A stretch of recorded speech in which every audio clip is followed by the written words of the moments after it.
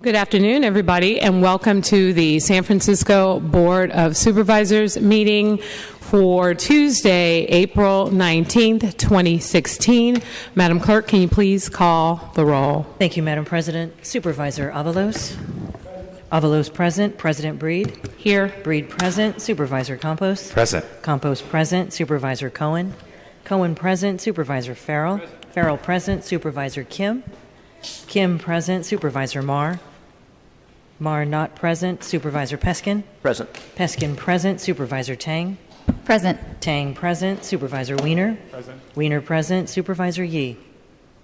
Yee present. Madam President, you have a quorum. Thank you. Ladies and gentlemen, can you please join us in the Pledge of Allegiance? I pledge allegiance to the flag of the United States of America and to the republic for which it stands, one nation, under God, indivisible, with liberty and justice for all. Thank you. Madam Clerk, are there any communications? There are no communications to report, Madam President. Colleagues, are there any changes to the March 15th, 2016 regular board meeting minutes or the March 16th, 2016 Budget and Finance Committee meeting minutes?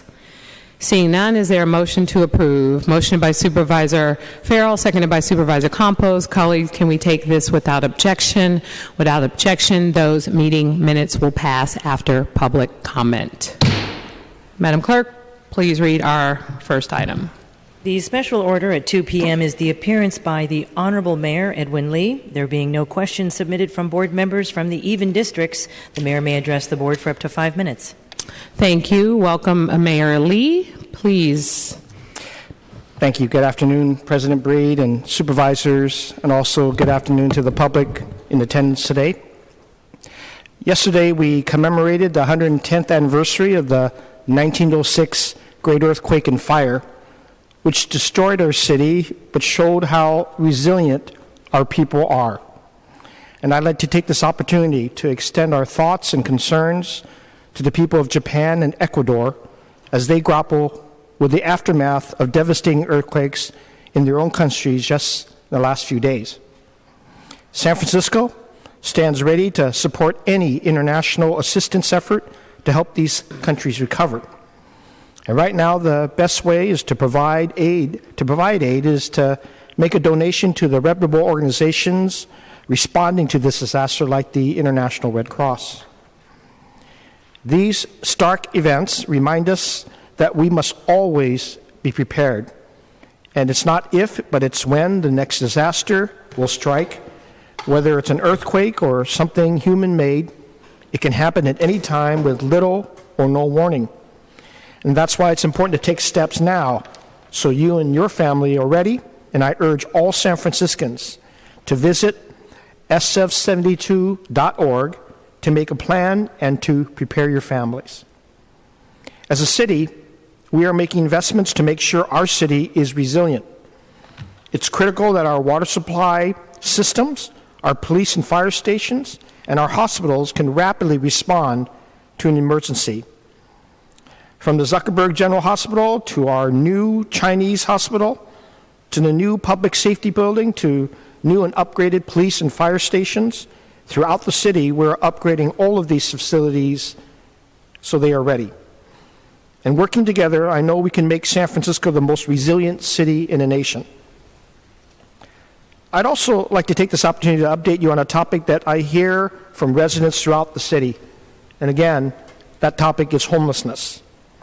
In San Francisco, we have some of the best programs and services, and because of that, we now have over 20,000 people living indoors over the past decade. But clearly we must do more, and because there are too many people that continue to live on our streets, under our freeways, and even in tents on our sidewalks, that's not acceptable, neither healthy or safe for the people on the streets, and it's certainly not healthy or safe for our neighborhoods. And that's why I've pledged that over the next 4 years, the city will help at least 8,000 people off the streets and into housing and services for good. And one of the ways we're ending homelessness is through our navigation centers and through that model. We opened up the first navigation center in the Mission District just over a year ago, and a year later, we have helped over 400 people move permanently off the streets. With this success, I am partnering with the Community Housing Partnerships to open another navigation center at the Civic Center Hotel with an additional 93 beds.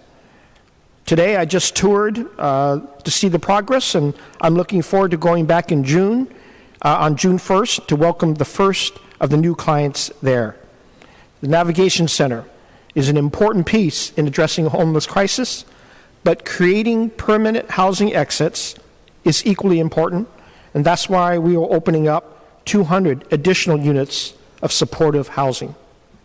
And I'm confident that moving forward with progressive approaches on mental health, creating a singular department to coordinate these efforts, and working with the nation's best minds, we can make homelessness rare, brief, and one time.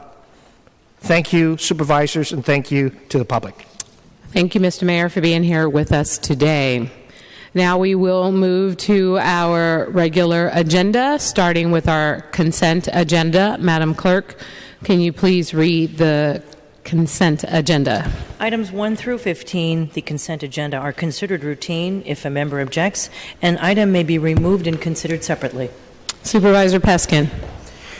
Thank you, Madam President. Colleagues, I just want to thank the City Attorney's Office for this is the first batch of settlements that in part have accommodated a request that I made in my capacity as chair of the Government Audits Committee, which is to actually set forth in the short text beneath each of these settlements what the lawsuit involves. So as you can see, item number 6 says the lawsuit involves an employment dispute. Heretofore, there was really no information for the public to understand what these settlements were about. So I want to extend my thanks to City Attorney Dennis Herrera and to our attorney here, John Givner, for accommodating that request so that the public can more easily see what each and every one of these settlements are about. Thank you, and they will probably be just as outraged as we are when we're approving them. Roll call vote. On items 1 through 15, Supervisor Farrell. Farrell, aye. Supervisor Kim. Aye. Kim, aye. Supervisor Marr. Aye. Marr, aye. Supervisor Peskin. Aye. Peskin, aye. Supervisor Tang. Tang, aye. Supervisor Wiener. Aye. Wiener, aye. Supervisor Yee. Yee, aye. Supervisor Avalos. Aye. Avalos, aye. Supervisor Breed. Aye. Breed, aye. Supervisor Campos. Aye. Campos, aye. Supervisor Cohen. Aye. Cohen, aye. There are 11 ayes. These items are finally passed on the first reading, and adopted unanimously. Next item, please. Item 16 is an ordinance to approve an amendment to the redevelopment plan for the Transbay Redevelopment Project area to increase the maximum height limit to 400 feet on Block 1 with Zone 1 of the Transbay Redevelopment Project area and making environmental findings under CEQA. Okay.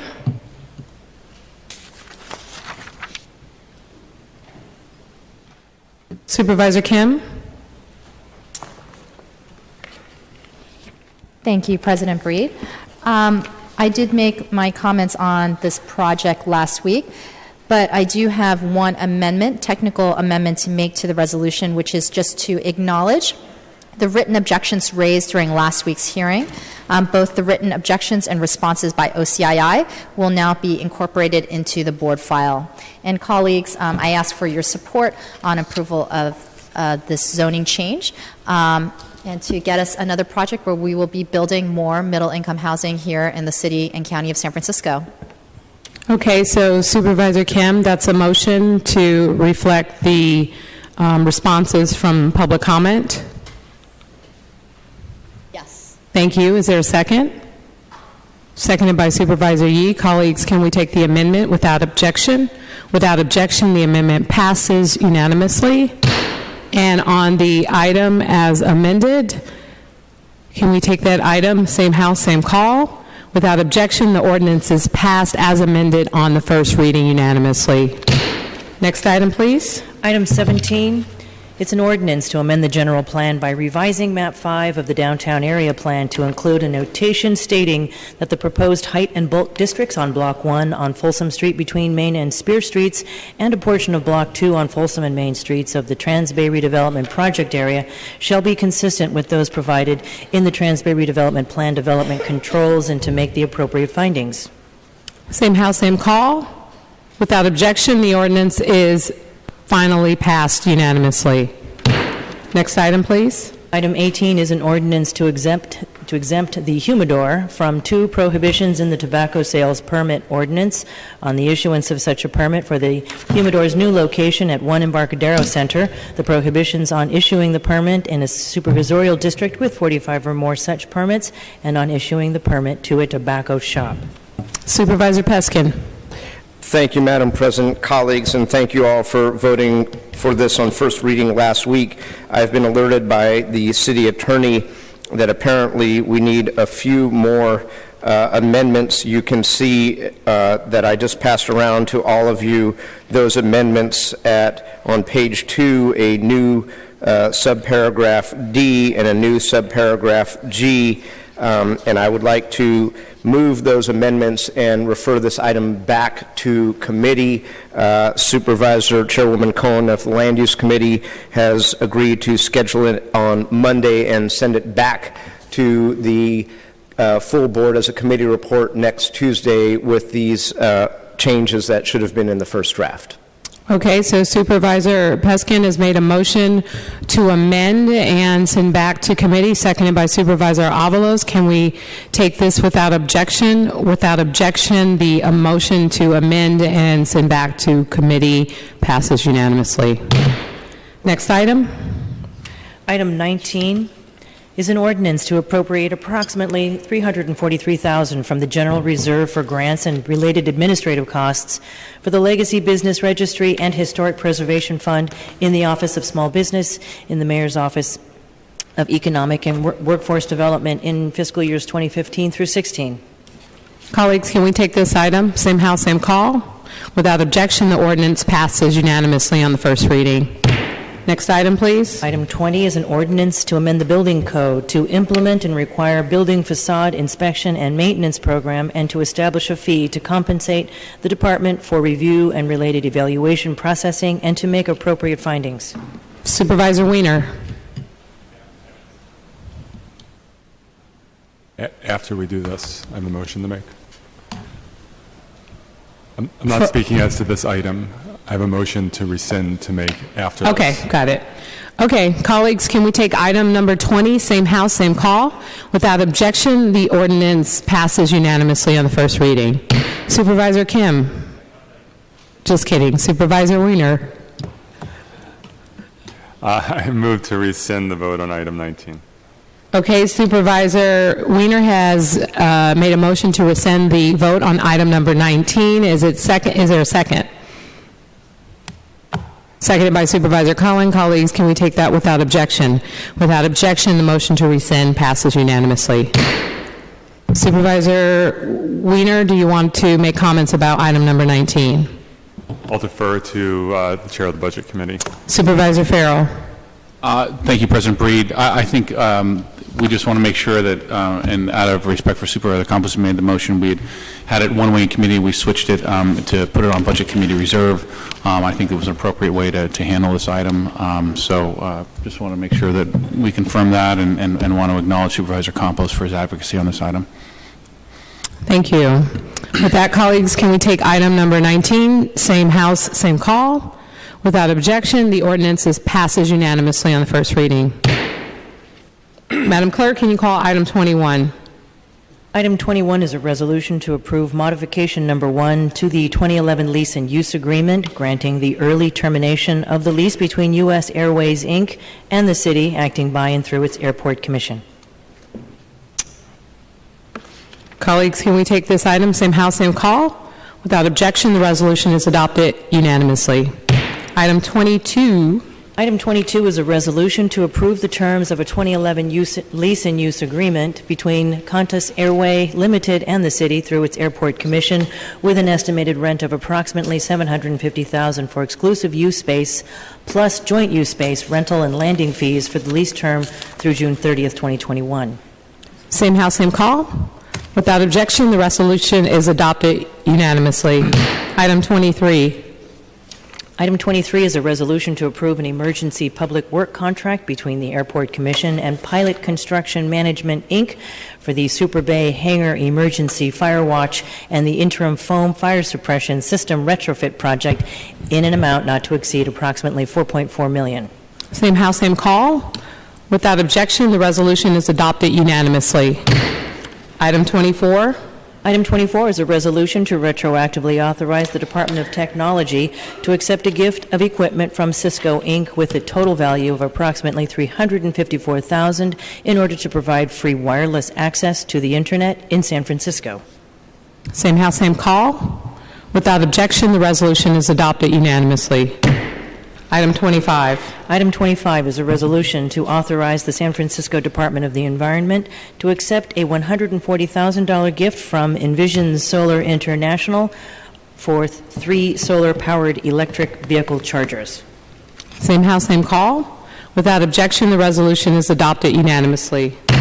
Can you please call items 26 and 27 together?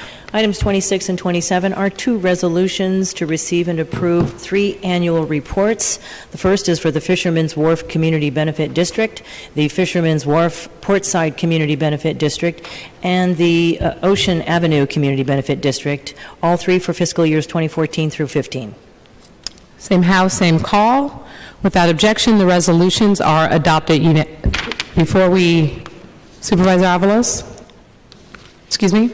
I put my name on for item number 28, so, Oh, yeah. okay. Without objection, the resolutions are adopted unanimously. Item number 28. Item 28 is an ordinance to commemorate the Mission Street sidewalk in 2 locations near Harrington Street and near Amazon Street in honor of the childhood homes of Jerry Garcia, waiving permit and inspection fees for commemorative plaque installations and directing official acts in furtherance of the ordinance.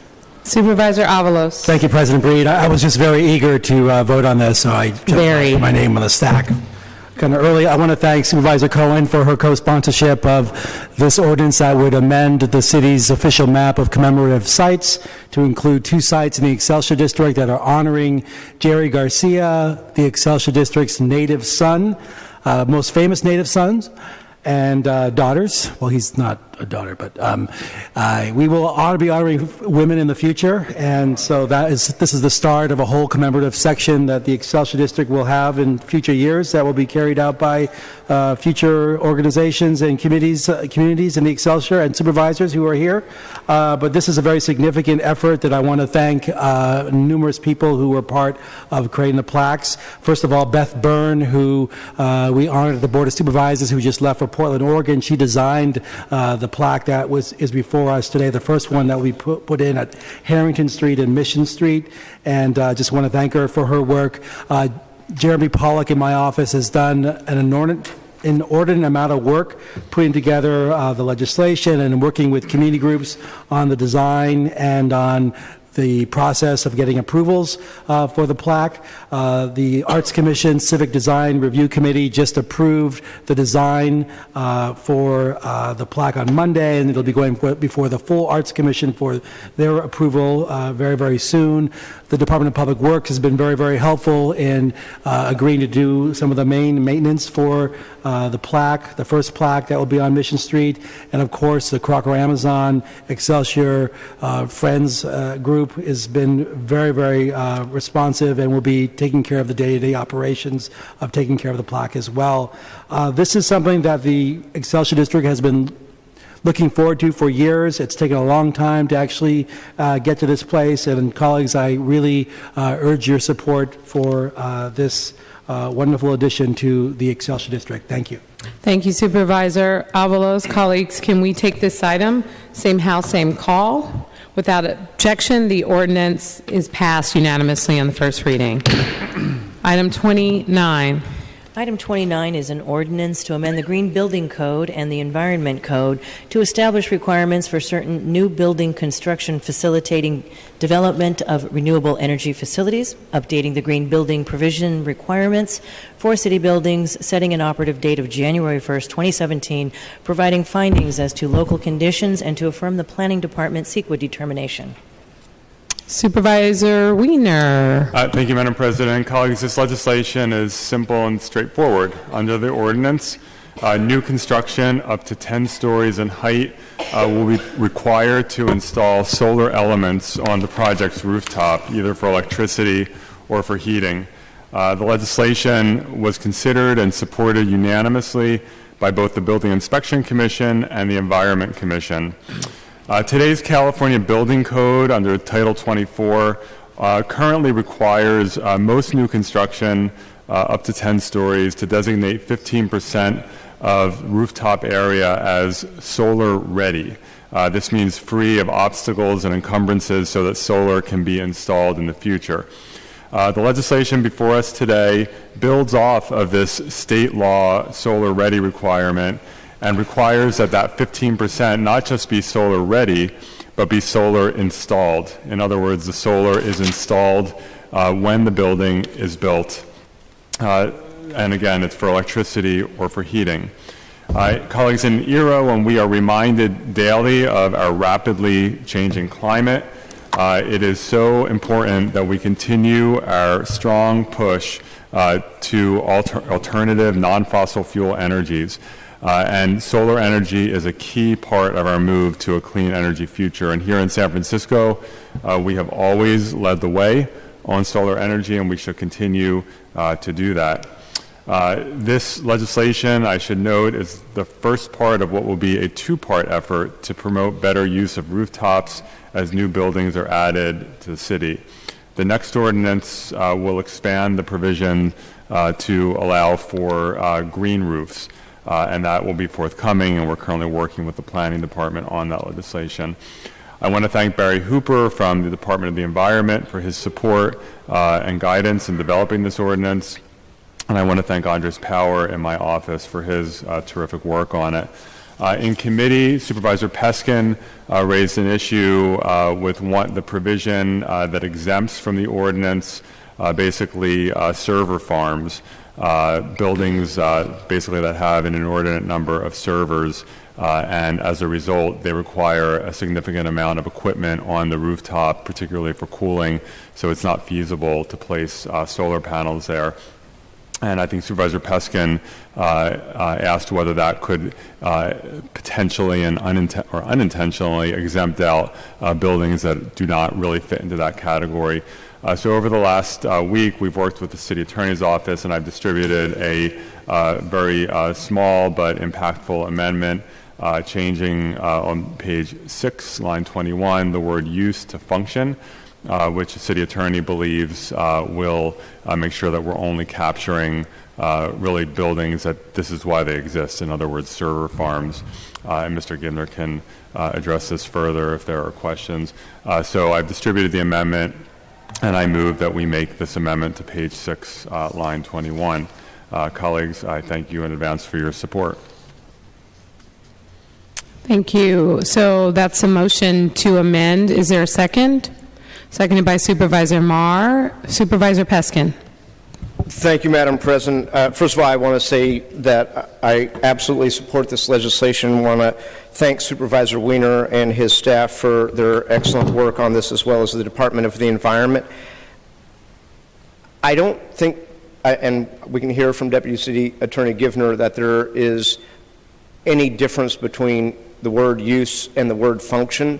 I think that if we were to replace electronic data processing with server farms, which, as I recall, there is a definition in the code that Supervisor Maxwell, Sophie Maxwell, pioneered a decade ago, that would work. The problem with electronic data processing is that I'm worried that that could actually be used and exploited to exempt many more buildings from this wonderful legislation than we intend here. But I think server farms is a much better term than electronic data processing. I don't see any distinction between the word use and the word function. So I will submit to Deputy City Attorney Givner the question as to whether or not server farms is defined in the code. I believe that Supervisor Maxwell defined that. Deputy City Attorney John Givner, to Supervisor Wiener's request for an explanation of the difference between use and function, which I agree sound pretty much the same. The change in the ordinance will conform the language of the ordinance to the building code. The building code has a definition of the term primary function as opposed to primary use. And that primary function, I will pull up the definition now, is a major activity for which the facility is intended. And then the definition of primary function goes on to explain corridors, exits and entrances, bathrooms don't count as primary functions, only the major purpose of the facility. So that the purpose of the amendment was to make clear, using the nomenclature of the building code, that we're only talking about facilities for which the primary function, the major use, is as an electronic data processing center. As to server farms, as you're speaking, I just did a quick search of the code. I couldn't find any definition of server farm in our municipal codes. I haven't searched the state building code. Happy to look further as this meeting progresses. If I may, through the chair, I thank you for the explanation of function as compared to use. The real question is, what does electronic data processing mean? And I don't think there is any definition of that. And I do not want to leave that to interpretation, because buildings that are full of human beings who are doing electronic data entry and that kind of work is precisely what this supervisor does not want to exempt. So if we can maybe delay this till a little later in the meeting and see if you can find a definition either in our codes or state codes for server farms, if Supervisor Wiener is willing, perhaps that will solve this issue. Supervisor Wiener? I don't have a problem with a brief delay to see, and if we can use the word server farm, I don't have an issue with that.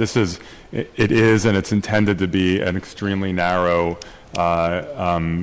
exemption, because again, if it is a server farm or something like it, there's so much cooling equipment typically on the roof that you don't have room. Another possibility is to add the following language at the end after it says section 5.201.12, comma, such that it is not feasible to comply with these requirements. So I think there are a couple ways to really narrow this, and I'm happy to do a brief delay so that perhaps we can get a little clarification. Okay. Mr. Gibner? Happy to look just to one other point of clarification. The term electronic data processing facility is used in the building code, but it is not, as you say, Supervisor Peskin, defined in the building code. It's used as an example of a type of facility. So that is why we use that language there, but I will look for server farm. Oh, okay, so Madam President, I would then request just a brief delay, and we can hear some other items and then come back to this shortly. So before we move on, can we pass the amendment that's proposed as is without objection? Without objection, the amendment passes unanimously, and we'll return to this item later in the agenda. Madam Clerk, let's move to the next item, please. Madam President, it is 2:33 if you wanted to go to the recognition of commendations. Oh, we have those today. Let's see, from several supervisors, starting with Supervisor Cohen.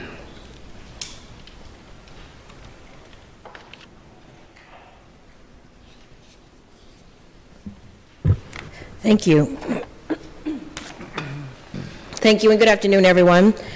Good afternoon, everyone in the chamber. Today I have a privilege to present to you a woman who is outstanding and who has actually been nominated by one of her teammates. Is Miss Ronnie Singh here? I see her parents are here. Please come to the podium. Yeah? Thank you.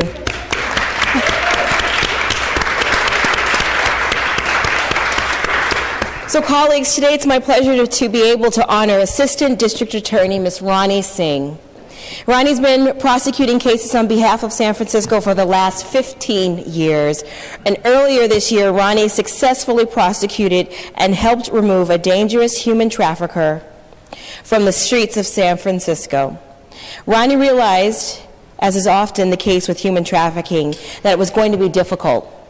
She worked with a team of police officers and investigators from the DA's office to build the case from the ground up, securing search warrants, DNA evidence, phone records, and even surveillance footage from local hotels. Human trafficking cases like this one are often challenging because they require a deep connection and a relationship with the victims, who are often scared to testify.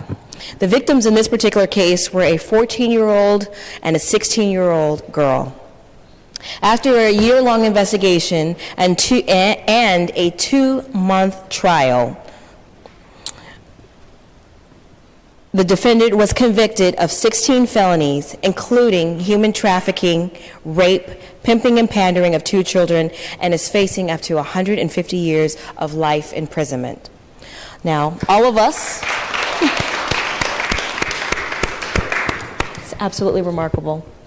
All of us on the board have worked with service providers on legislation to help support victims of human trafficking, but it's people like Ronnie Singh who are working to make sure that the perpetrators of these heinous crimes are not allowed to victimize our city residents any longer.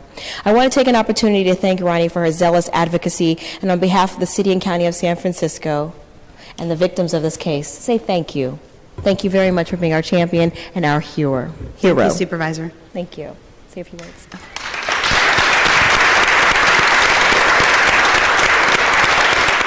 Thank you, Supervisor Cohen. I just want to say I'm very appreciative of this honor. I've had the rare opportunity of actually working with several of the Board of Supervisors in my capacity as a neighborhood prosecutor, which predated my return to the Hall of Justice. And I'd like to say good afternoon to Supervisor Avalos and Supervisor Tang specifically, and of course Supervisor Cohen, who I've worked with in the community on important issues, including this issue of human trafficking. So it is my honor and my privilege to represent the citizens of San Francisco. It was my honor and privilege to work on such an impactful case, and I'm just very hopeful that we continue working together, both in law enforcement with the Board of Supervisors and in the City and County of San Francisco, to help protect our children and to give them the opportunities, but also to make sure that we keep our streets safe and wonderful for our youth and our young adults. Thank you. Thank you.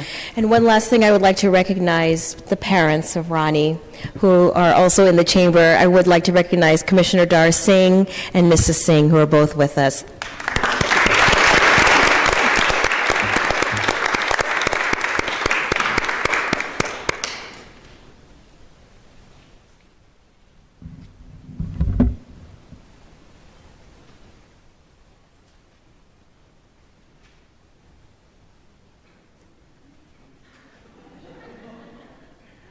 And I would just like to briefly introduce Sergeant Flores and DAI Braun, our investigator, who were the main reason that we were successful in this prosecution, as well as Kim Hunter from our Crime Strategies Unit from the Neighborhood Prosecution Team.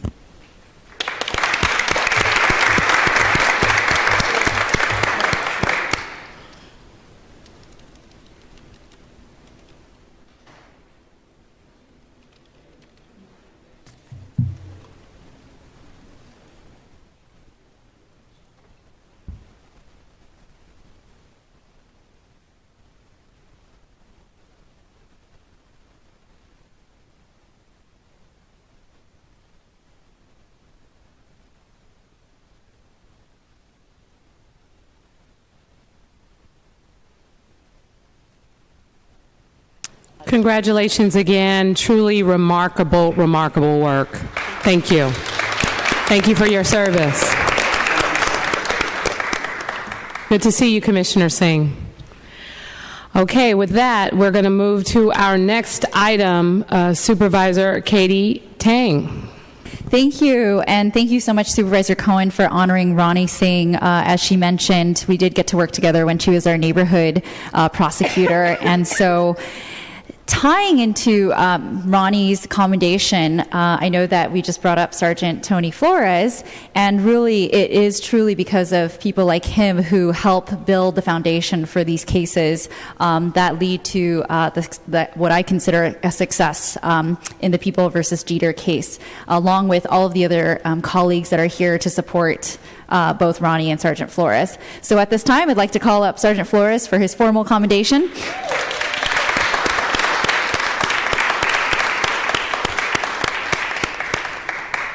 So Sergeant Flores, also known as Antonio Flores, but we call him Tony, he has been with the police department since 1982, and he truly is a standout member of our San Francisco Police Department. For 13 years, he worked as in the undercover capacity in the narcotics detail and is an expert in narcotics investigations. And he was also a sergeant in the Tenderloin for 5 years, which he calls one of the best assignments in the world. Absolutely. In 2001, he was assigned to the Domestic Violence Response Unit and worked on stalking, elder abuse, and domestic violence cases. And in 2012, he was assigned to the Special Victims Unit and is now an integral part of our city's coordinated efforts to stop human trafficking and to protect victims. And he helped with developing policy regarding U visas and signed over 600 U visa certifications alone last year. During the Super Bowl, Sergeant Flores coordinated and supported multiple operations to abate human trafficking. And these operations are secretive in nature, but involve late nights, challenging circumstances, tense moments, and the successful arrests of pimps. And specifically, during the investigation of the case that we were talking about with Ms. Ronnie Singh's commendation, People versus Jeter, Sergeant Flores supported both of the victims, who were minors, as Supervisor Cohen mentioned, by being supportive, and he was the constant person who they could trust. Sergeant Flores showed up at all times of the day and night so that those girls had a familiar face and felt secure. He gathered enough information about the defendant's bad behavior and then made the arrest. He then interviewed them and created a strong record that was vital to the trial. And the trial was intense. For almost 9 weeks, Sergeant Flores sat in the courtroom right next to the jury. Every day, Sergeant Flores exudes his amazing qualities of patience, kindness, and hard work. And he is respected by all of his colleagues, whether it's his colleagues from the police department, the judges, lawyers on both sides of the courtroom, and most importantly, by the advocates who directly assist victims. Sergeant Flores never hesitates to smile, say hello, buy coffee, or quickly answer a complicated question via text at random times. And after the trial, Sergeant Flores prepared individual thank you notes, commendations from SFPD for the whole entire prosecution team. He makes people feel valued and like their work is appreciated. So Sergeant Flores, someone who is a constituent, proud San Franciscan, proud father of 3 beautiful girls, I just want to thank you so much for all of your work with our office, but really on behalf of all of the victims that you have assisted. And again, I extend my thanks to everyone who's part of the team as well who are here today. So thank you very much. Thank you.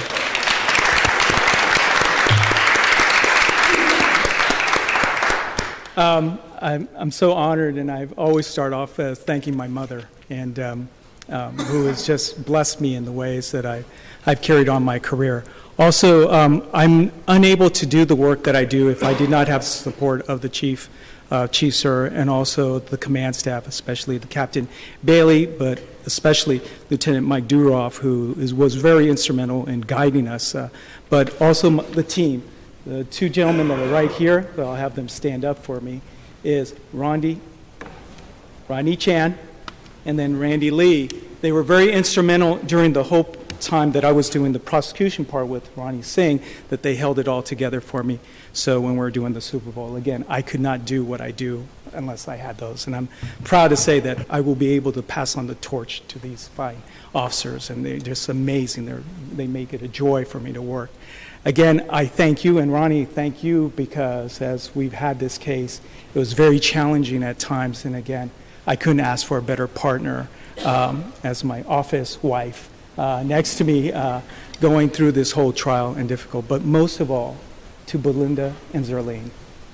They were amazing clients, victims, and they are truly the stars of this event. Thank you so much.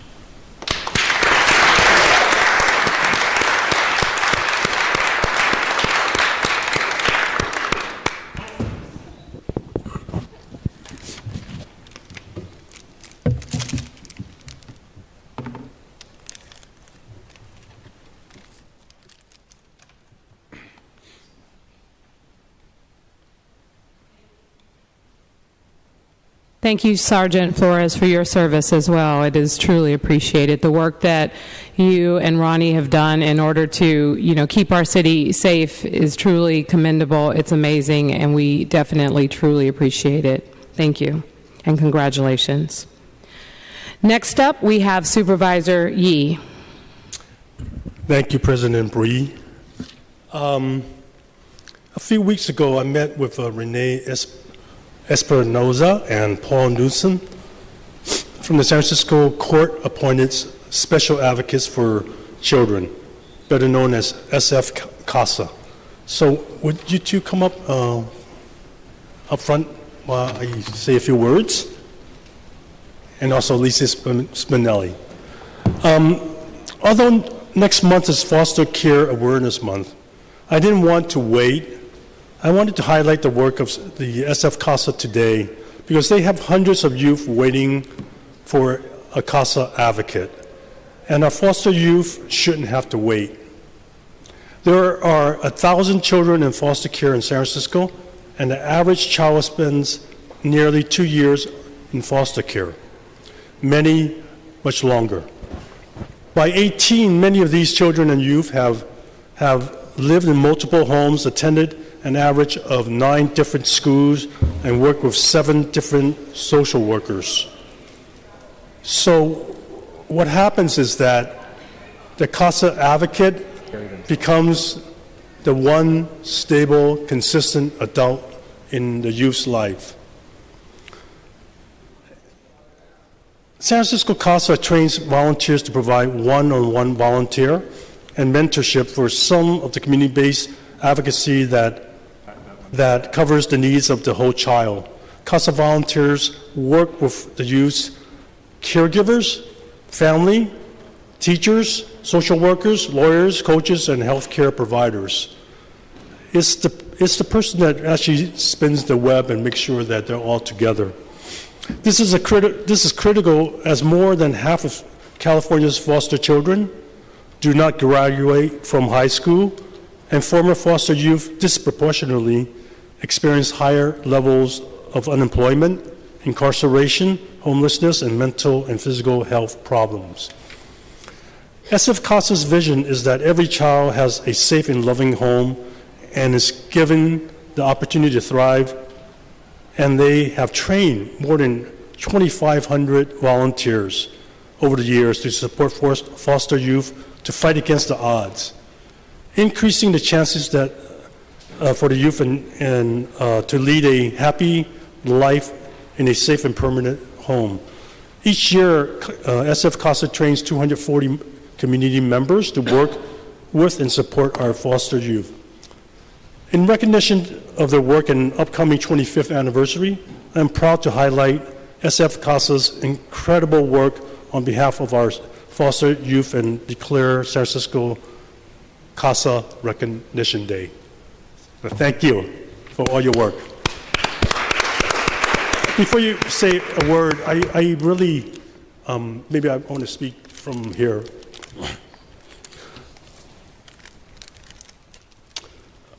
SF CASA,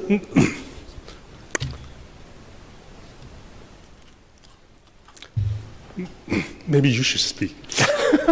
So my name is Lisa Spinelli, and I'm the volunteer board chair, and on behalf of our board and our staff, Renee Espinoza and Paul Knudsen. Thank you for this opportunity, this honor, Supervisor Yee, and to Supervisor Wiener for being supporters of CASA. I've worked with many of you in my former role leading the San Francisco Education Fund, and as a volunteer, I chair this board, and I chair this board because we have 1,000 young people in San Francisco who we have determined that their homes are not appropriate for them, and they are now our children. And Norman, you got me choked up. I'm all prepared to give the speech, and these are kids. These are our children, and we need to take care of them. And the most amazing thing is that we have tremendous volunteers who get 40 hours of training that's intense, and they are the ones who rush in when everyone else has rushed out of these children's lives. And so it's 25 years, and it's 25 years of volunteers doing this on behalf of our city's foster youth, and we are excited about the fact that we're celebrating 25 years of being in existence as a nonprofit during the ups and downs, right, of our economy, which have had challenges, and that we've been able to serve so many youth. And so on Friday the 13th, we'll be having our 25th anniversary gala. We have invitations for everybody because we'd love for you to be able to be there and celebrate. And really, just as we just honored 2 public servants that work as a part of our city, these are community service leaders who are there to support our youth to ensure that they have all that they should be able to have as kids. So thank you very much for the honor. Thank you.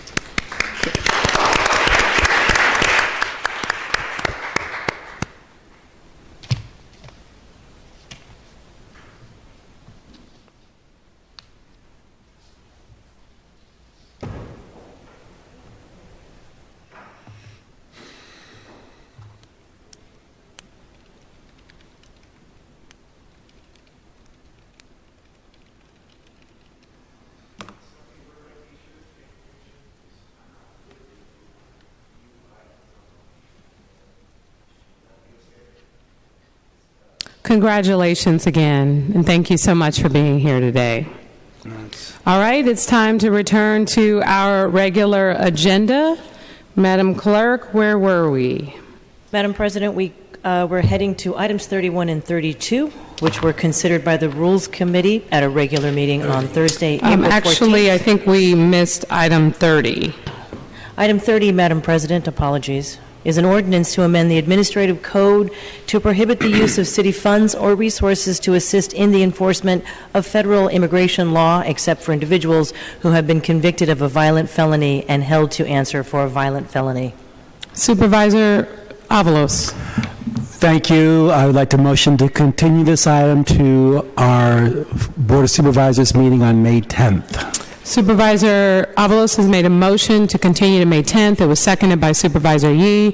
Colleagues, can we take this continuance without objection? Without objection, this item will be continued to the meeting of May 10th, 2016. Madam Clerk, can we go back to item number 29? Item 29 is the Green Building Environment Code, which has been called and is before this body. Yes. Supervisor Wiener. Thank you, Madam President. We do, I think, have an elegant solution to this minor issue, and specifically that would be and I'll make a motion to this effect, to replace the phrase, quote, electronic data processing. Can you refer to the specific location of the amendment? Yes, it's the same line as before, page 6, line 21, to replace the phrase electronic data processing with the following: Internet Service Exchange, comma, as defined in section 102 of the Planning Code. And that is my motion to amend. Second. Okay, so that motion was moved by Supervisor Wiener, seconded by Supervisor Peskin, and I apologize, Supervisor Wiener, I'm trying to find the place in the amendment. I don't have a page 6. It's the same.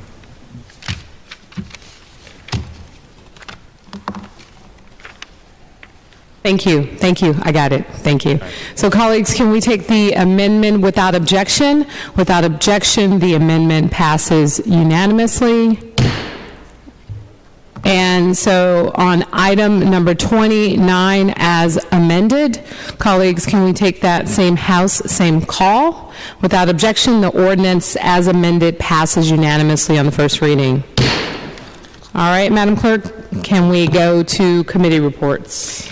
Yes. Item 31 is a motion to confirm the mayor's nomination and to reappoint current President Susie Loftus to the Police Commission for a 4-year term ending April 30th, 2020. Seeing no names on the roster, colleagues, can we take this item, same House, same call? Without objection, the motion is approved unanimously. Next item, please. Item 32 is a motion to confirm the mayor's nomination and the appointment of Thomas Mizuko to the Police Commission for a 4-year term ending April 30th, 2020. Supervisor Farrell? Thank you, colleagues. I just want to, meant to do that with Commissioner Loftus as well, and want to speak in favor of her appointment, but also with Mr. Mizuko, Commissioner Mizuko. I've gotten to know Commissioner Mizuko not only as a District 2 resident, but as someone on the Police Commission who I think goes above and beyond the call of duty here. I have a tremendous amount of respect for how he handles himself and the responsibility, not only with an amazing background for this position, but everything that he's done on the Commission. I really want to thank him for his service, and colleagues, I hope you join me in fully supporting his nomination today. Thank you. Supervisor Campos. Thank you very much. I also want to add my name to not only this nomination, but also of Susie Loftus. I don't always agree with Commissioner Loftus or Commissioner Mizuko, but I think that it is clear that they have done a tremendous job in their capacities as members of the Police Commission.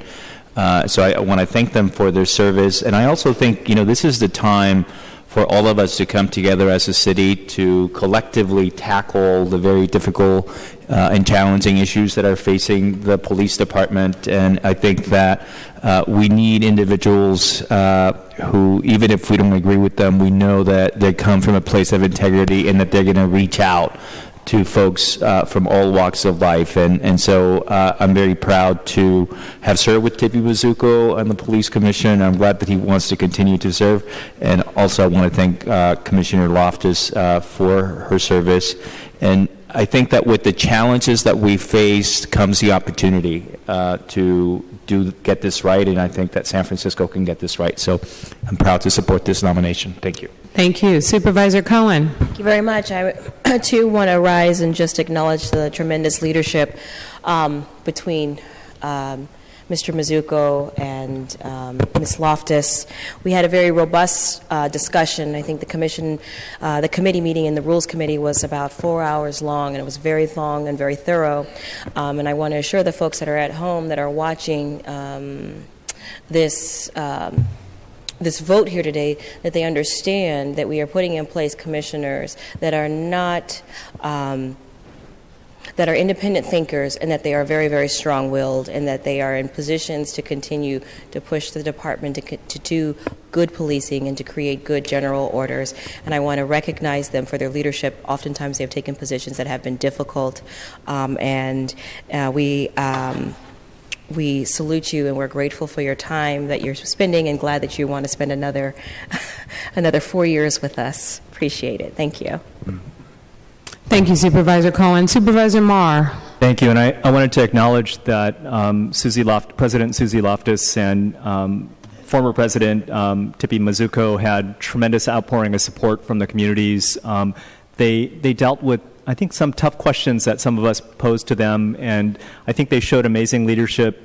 Dr. Joe Marshall, Petra De Jesus, Commissioner Turman, and others expressed amazing support for their leadership as well in bringing people of different perspectives together.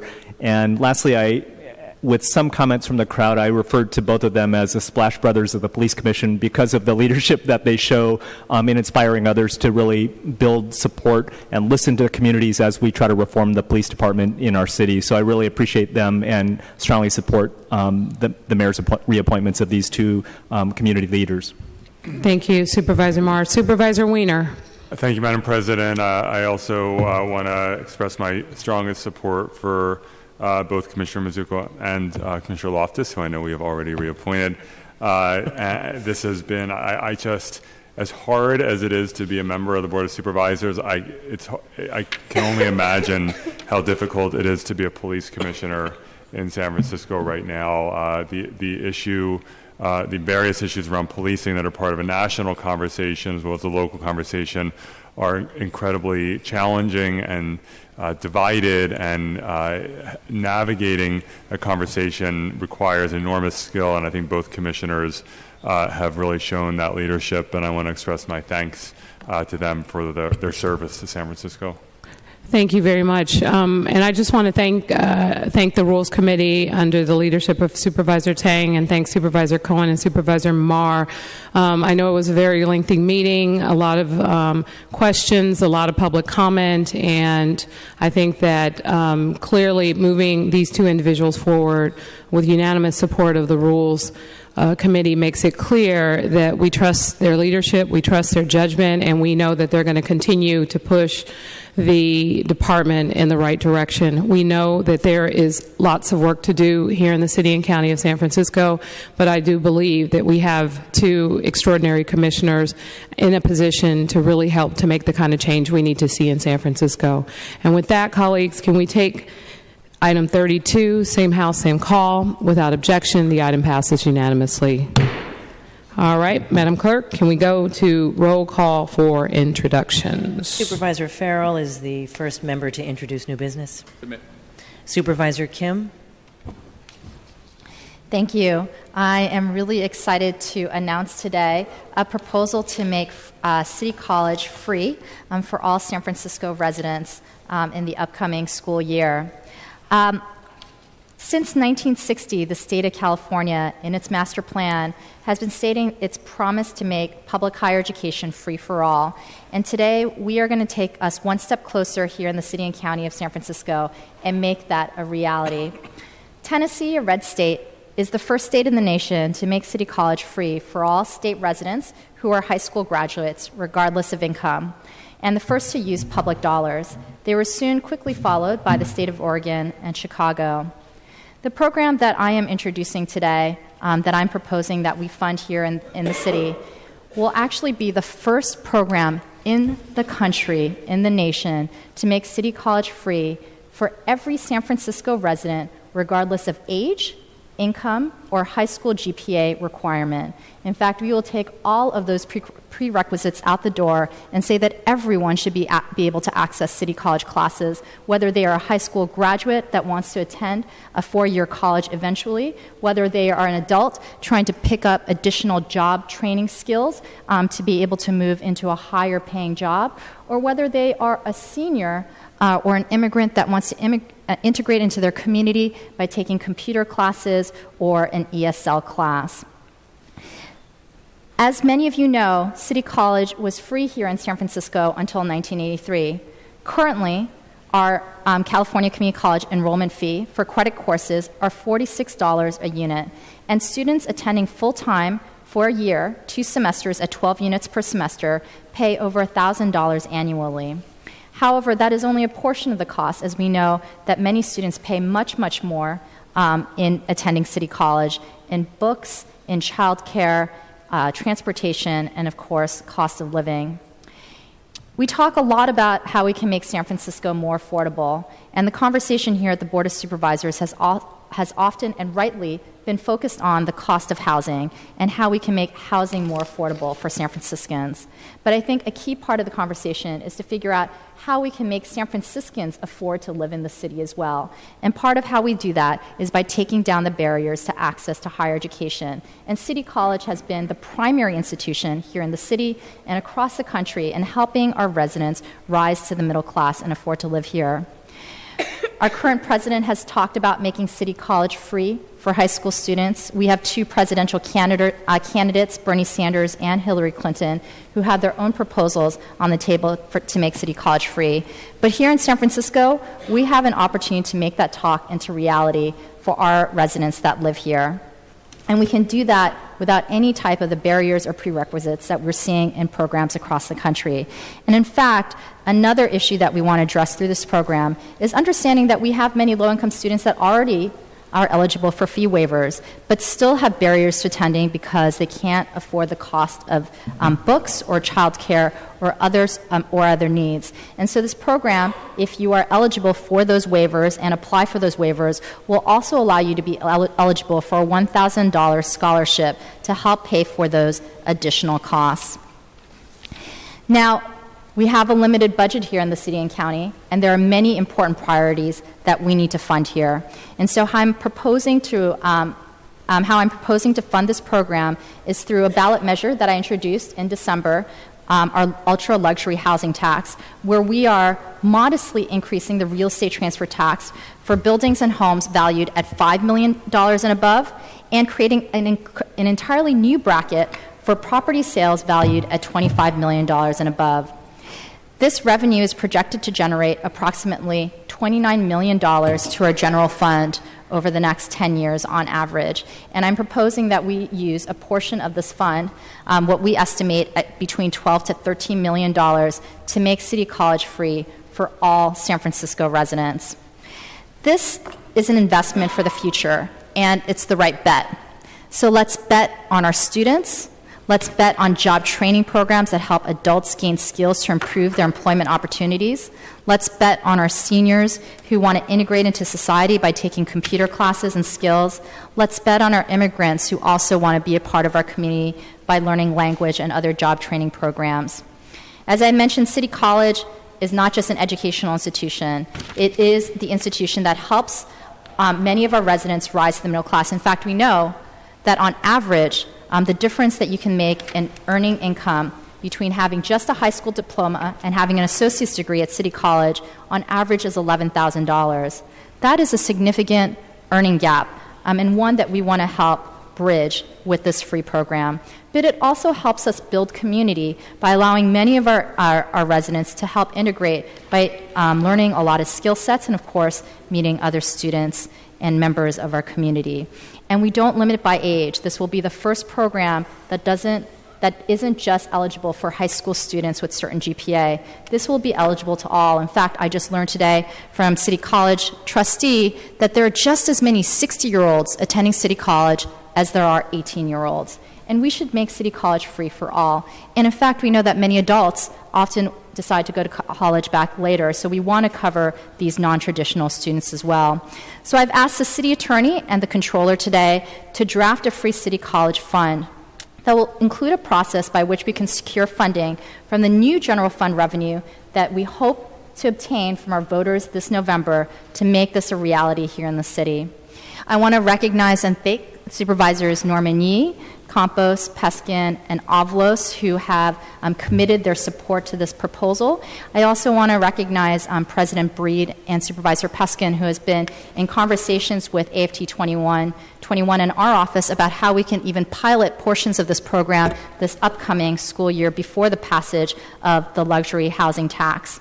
I want to recognize AFT 2121, UESF, the San Francisco Labor Council, our school board president, Matt Haney, our City College Board trustees, John Rizzo and Bridget Davila, who came to speak today, but also our president, Raphael Mandelman, and Thea Selby, who are also working with us on this proposal. And finally, this is just the beginning of that process, and I know that there are many things that we can examine, whether it's looking how we can make sure that childcare is accessible to all of our students so that they can attend their classes, and we will certainly be working very closely with our early childcare community and Supervisor Norman Yee so that we can make sure that we are creating as inclusive of a system as possible. And so let's be a leader again. San Francisco can lead the way for the state of California, but of course for our country as well. Second, I'm also introducing legislation to give the board more oversight in reviewing large-scale events and its fiscal impacts to our city. This legislation is a direct result of what many colleagues on the board would concur was a lack of transparency and preparation over the extent of costs that the city incurred during Super Bowl 50 and the impacts for small businesses and residents in the adjacent area. While we are eagerly awaiting the controller's report on the specifics, we have already learned many lessons. While the city of Santa Clara had an agreement with the host committee to be reimbursed for the city's Super Bowl 50, we had at minimum over $4.3 million in spending from our public general funds.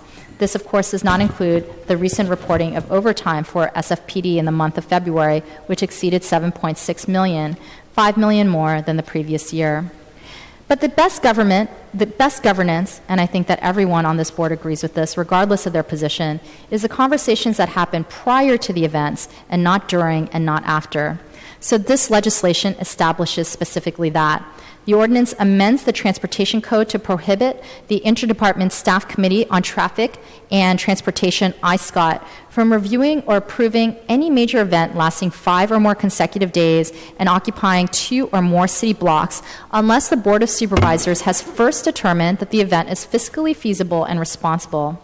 We must seek to recover costs when necessary, and if we make a determination not to, then it is our responsibility to explain this to voters and why.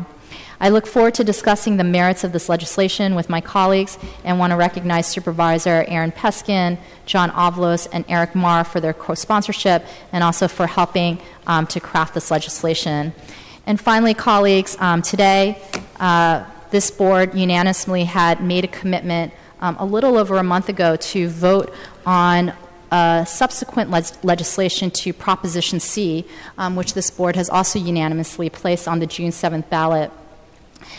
Supervisor Aaron Peskin and I, co-authors of this ordinance, did work to endeavor to make sure that this legislation was before the board today for a vote so that we provide more certainty for our developers in the pipeline in terms of our expectations of the increase in affordable housing production that we would like them to contribute here to the city. But I trust that this board will ensure that we hear this ordinance next Tuesday so that we can finally bring a close to several months of negotiations and hearings both at the Planning Commission and at Land Use Committee so that we can finalize this deal and build more affordable housing for our working class and middle class households here in the city. And the rest I submit. Thank you, Supervisor Kim. Supervisor Marr. Thank you.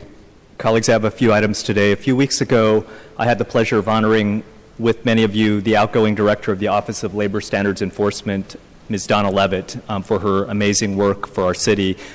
We chose to honor Donna because of the tremendous job she did and has done in growing that office since it was established about 15 years ago in 2001, but also because of the role that the OLSC has played in ensuring that our city's workers and workforce are able to claim their rights and maintain a dignified workplace. But in recent years, with the passage of the Family-Friendly Workplace and Ordinance, the Health Care Security Ordinances, the Retail Workers Bill of Rights, Wage Theft Ordinance, as well as establishing the city or the nation's highest minimum wage, among many other labor laws, have made San Francisco the leader in workers' rights in the U.S. The OLSC is a critical part of this movement towards justice and fairness, not just for enforcing these groundbreaking new laws that our city has created and many other cities have followed, but also in providing a model for other cities who wish to create effective enforcement mechanisms for labor laws in their cities. The recent rulemaking process, for example, for the Formula Retail Workers Bill of Rights showed just how important it is to have highly skilled leadership like Donna Levitt and her staff to work in guiding a diverse set of stakeholders in a highly charged environment towards a mutually agreeable set of rules that will help workers and employers. So moving forward, I'm concerned that Ms. Levitt's former leadership position and agency reflect this broadened purview that the passage of these new laws has brought to the OLSC. To that end, I'm calling on the city attorney to draft an amendment to the legislation that established the OLSC to more accurately reflect this expanded scope and set of enforcement responsibilities beyond the original purview of enforcing prevailing wage provisions. So it's very different now than when it started 15 years ago, and we want to bring it more up to date to really show the amazing leadership of the OLSC. But I'm also concerned, along with a number of other colleagues, including Supervisors Campos and Peskin, Avalos and Kim, and President Breed as well. We're concerned that some of the city's strongest partners in labor standards enforcement, including San Francisco unions and worker centers, are not being adequately consulted by the mayor's office in the process to find a replacement for Ms. Levitt. And given the broad scope and complicated nature of the work of the OLSC, it's my hope that the City Administrator, Naomi Kelly, and the Mayor work collaboratively with all stakeholders to find a new director that will skillfully and competently manage the many areas of work of this vitally important office. And looking forward to the future, in order to avoid any undue politicization of the selection process of the director position of this office, and to ensure its independence as a critical watchdog agency, I'm working with a coalition of community and labor groups to ask the City Attorney's Office to draft a charter amendment that will move the position out of the City Administrator's Office in order to place it under the oversight of another office, such as potentially the City Attorney's Office or the new proposed Public Advocate's Office that Supervisor Campos is leading, along with former Assemblyman Tom Amiano as well. So I wanted to thank Supervisors Campos, Peskin, Avalos, Kim, and President Breed for joining me in this effort. Also, you probably have heard about the tragedy at Ocean Beach this past weekend.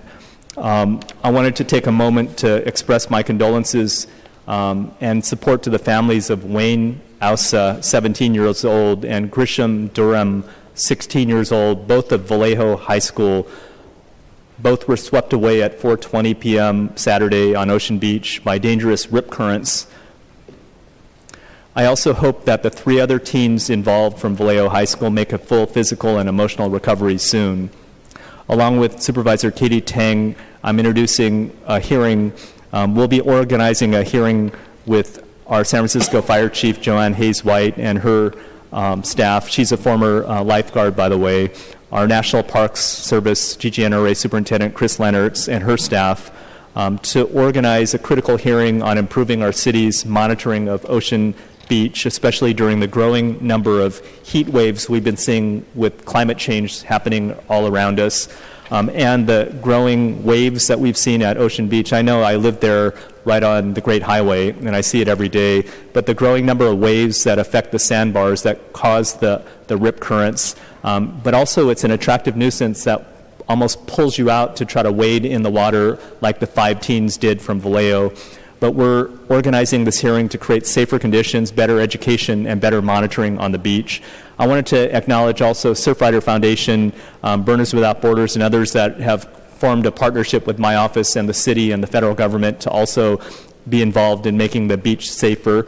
We'll also be assessing and working on improving existing signage and educational efforts on the dangers posed by the strong currents along our coastline.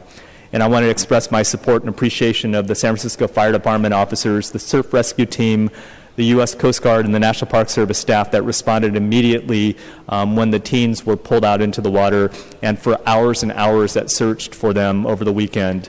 I wanted to also let people know that there's a crowdfunding way of supporting Wayne and Grisham's families. It's a GoFundMe campaign. There's only 25 people that have contributed, including me so far, so please look for that GoFundMe campaign to support the families as well.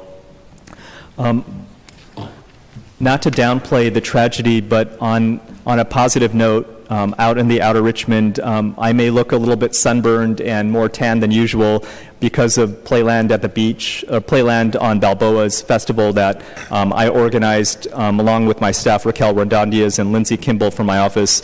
But I wanted to give a special shout out to Elliot Durham from ECE Productions, who organizes the Hardly Strictly Festival each year, Michelle Cusano and Sarah Huck and the whole Richmond District neighborhood team for organizing our first ever Playland on Balboa. And I wanted to just acknowledge that the festival will continue, hopefully, for the future, and it plays off of the proud history. And I brought a couple of my childhood memory toys with me, but I think Playland at the Beach, as we tried to capture in the festival on Saturday, was a sense of history. And I know that Michael Busk from Bus Bands allowed us to use the clown head and some historical items, and Adam from Balboa Theater and others allowed the Western Neighborhoods Project to raise awareness of the history. But I think the merchants that supported it, from the Balboa Village Merchants Association, from the 90-year-old Balboa Theater, to the newest businesses like Sarah Allison Johnson and Danny Brown's Noise, which celebrated the National Record Store Day. But it's really bringing together the building of community, remembering the history that we share, but also acknowledging that neighborhoods change and that we want to make them livable places that bring people out year after year. But I wanted to give shout outs to the people that work with my office, and that we aim to continue that for the future. Also, this coming Friday is the 46th annual Earth Day, and I wanted to invite people to an Earth Day reception in my office on April 27th from 5 to 7 p.m.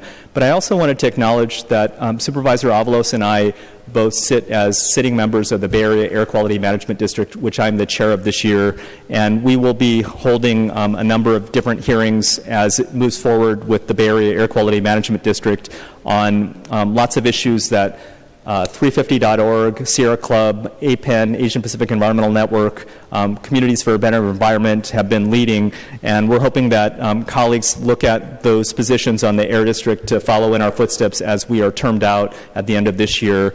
Also, another regional body, ABAG and the MTC, are all joining the Air District in moving to a new office starting in May, and we'll be letting all the board members know of the grand opening of the new office on Main, 375 Main, towards the Embarcadero area of the city.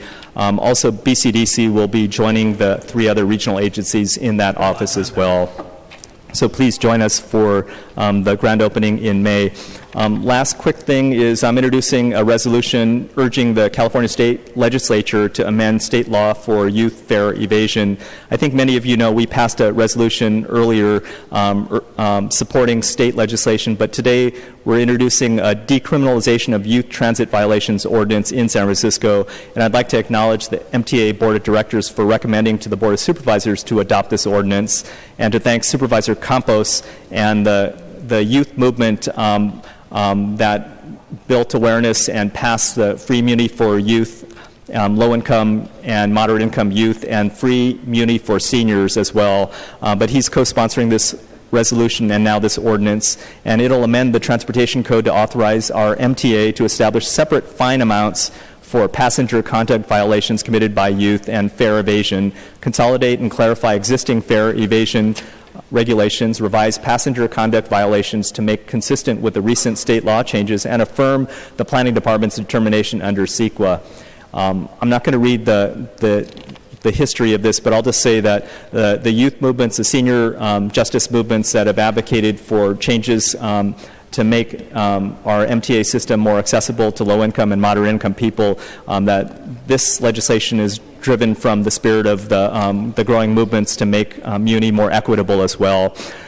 So we urge support and thank the SF-MTA Board of Directors for support for this, and we look forward to a good debate on this issue as it comes forward to the board. The rest I'll submit. Thank you, Supervisor Marr. Supervisor Peskin. Thank you, Madam Clerk. Colleagues, I want to thank all of you for your support last week for the resolution urging our state legislative delegation to amend California State Assembly Bills 2501 and 2522, actually to oppose Assembly Bill 2522. With your support and the work of our affordable housing advocates here locally who spent last Wednesday in Sacramento, we've just received word that Assembly Member Bloom from Santa Monica has officially pulled or withdrawn Assembly Bill 2522, and I want to thank our state legislative delegation for their work on this issue and acknowledge that this is a big step forward for ensuring that more weight is given to local planning process and to our local government's discretion to craft good policy. In this vein of cooperation with our state officials, I am also co-sponsoring a resolution with Supervisor Campos to urge our state legislature to oppose Senate Bill 1102, which could constrain San Francisco's ability to collect transient occupancy taxes for short-term rentals directly from the hosting platform, or to investigate those platforms' compliance with our local regulations, which, as you all know, are currently already in jeopardy because of a lack of enforcement here locally. I've been working closely with my colleague from District 9 to address the worst aspects of home sharing violations citywide, and it is clear that we must focus on holding the platforms accountable for bad behavior. SB 1102 further hamstrings our local discretion and allows corporate hosting platforms to have the upper hand to the detriment of the public. Today I'm also introducing a request to the City Attorney to draft legislation to help stem the conversion of our single resident occupancy hotels until such time as we can strengthen Chapter 41 of the city's administrative code, otherwise known as the Residential Hotel Unit Conversion and Demolition Ordinance, which was passed in 1982. We've been working with Unite Here Local 2, our SRO collaborative tenant leaders, the San Francisco Tenants Union, and the Department of Building Inspection to preserve this vital, affordable housing stock, and I want to thank them all for their cooperation and support. Across the nation, an estimated 1 million SRO units were destroyed between the mid-1970s and the 1990s. They happened in short spurts bundled together. I've recently been made aware of permit applications that are working their way through the permitting process as a bundle that would take over 200 SRO units off the market here in San Francisco. According to our own data, San Francisco has lost some 7,000 units of single resident occupancy housing since the passage of this ordinance in 1982.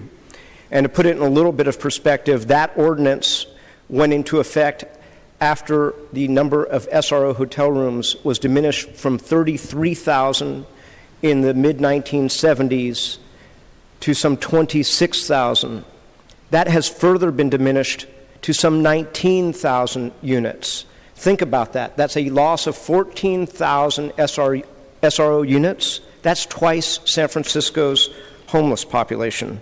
And I can personally attest during my campaign in North Beach and Chinatown to witnessing and seeing tourists with their rolly bags coming out of SRO hotels that used to house immigrant seniors and families. You see it everywhere, the hide-a-key padlocks adorning gates everywhere in the city, providing access for tourists to their Airbnb stays rather than housing to the poorest of the poor. I look forward to working with the city attorney and to all of you to draft amendments to Chapter 41 to strengthen our existing code definitions and enforcement tools. Finally, I want to thank our Assessor Recorder, Carmen Chu, and our city attorney for their work to identify and now to collect delinquent real estate transfer tax penalties and interest owed for 2 hotel parcels after it came to the city's attention that the purchase price was much higher than what the Assessor Recorder appraised it at. The transfer tax will be some $5.6 million, and I want to commend Assessor Recorder Carmen Chu, and I know that Supervisor Kim has been diligently working to find a way to pilot free community college here locally. Well, that $5.6 million would certainly be helpful for the city to have. Just saying that. The rest I'll submit, Madam Clerk. Thank you, Supervisor Peskin. Supervisor Wiener. Thank you very much, Madam Clerk. Colleagues, today I am introducing a ballot measure to once and for all fix our broken street tree system in San Francisco. You've heard me talk about this a lot before over the years, and a number of you have spoken about it as well. I'd like to say that if we were to put a group of people, really smart people, into a room, shut the door, and say you can't come out until you design the absolute worst street tree system that you can think of, they would come out an hour or two later with the street tree system that we have here in San Francisco. Currently, we have 105,000 street trees in San Francisco. They are part of our urban forest. Having a great urban forest is so important for our environment, for our community's health, for our quality of life. It makes a huge difference when you are in a neighborhood that has a lot of healthy trees. And yet we treat our street trees in particular as if they are an afterthought. The city has a terrible policy where we require that the adjacent property owner be responsible for and care for the tree, whether or not the owner planted the tree, whether or not the owner wants the tree, and whether or not the owner has the physical or financial capacity to care for the tree. And you're not just required to care for the tree, you are required to fix broken sidewalk when the tree damages the sidewalk, and you're liable if anyone is injured because of that broken sidewalk or because of a tree problem. And so what this policy does, in addition to being incredibly unfair to property owners, particularly to lower income and to senior property owners, what it also does is it ensures a declining urban forest due to inconsistent maintenance. While some property owners do a phenomenal job caring for the trees adjacent to their properties, others do nothing, or they hire the cheapest possible arborist who then goes ahead and mutilates the tree. As a result, San Francisco's urban forest is shrinking when it should be growing. And as we have also seen for almost 40 years, trees do not compete well in San Francisco's budget. So just saying we want to take back the trees for the city isn't enough because they will never be funded through our normal budget process. So this ballot measure does a few things. First, it mandates that the city take back all 105,000 street trees in San Francisco, on our sidewalks, on our medians, on other rights of way, and that the city care for those trees, that the city fix the sidewalks that are broken by the trees, and that the city assume liability for any injuries resulting from the trees or the tree-related sidewalk damage. And the ballot measure also creates a dedicated lockbox funding mechanism to make sure that we are actually funding this requirement and not just taking back the trees and letting them deteriorate and die. Specifically, the legislation creates a parcel tax for the vast majority of property owners. It will range from about $30 to $35 per month. It is a progressive parcel tax. Larger properties, and particularly large commercial properties, will pay significantly more than a condo owner or the owner of a single-family home or a small apartment building. The parcel tax will be in combination with existing general fund support for street trees. Over the last 10 years, on average, the city has budgeted $8 million a year for street trees, so the legislation sets that $8 million as a baseline, and the parcel tax revenue will be on top of that baseline so that we are not simply replacing existing city funding with the parcel tax revenue. With these two sources combined, the city will be in a position to take back responsibility for the trees, for tree-related sidewalk damage, and for liability. In addition, the amount generated over time will allow the city to expand our street tree population from 105,000 to over 150,000, and we will have dedicated funding to be able to care for those trees. We went through an extensive process over years to come up with this measure. I want to thank Friends of the Urban Forest and Dan Flanagan for preaching to the city to endless community meetings to talk about this issue for years and years. In addition, over the past year, we have convened a working group of property owner groups, neighborhood groups, park groups, tree organizations, environmental groups to brainstorm and to refine this proposal, and this is what has come out. The parcel tax is conditioned on the city caring for the trees. If the city ever in the future tries to dump trees on property owners, the parcel tax will be canceled. Colleagues, this is, I think, a huge step forward. This is for the November ballot. It will require a 2/3 vote. I think there is significant support in San Francisco to fix this problem once and for all. I want to thank Andres Power in my office for his incredible work for years on this legislation. Colleagues, I look forward to the conversation, and I look forward to your support, and the rest I submit. Thank you, Supervisor Wiener. Supervisor Yee.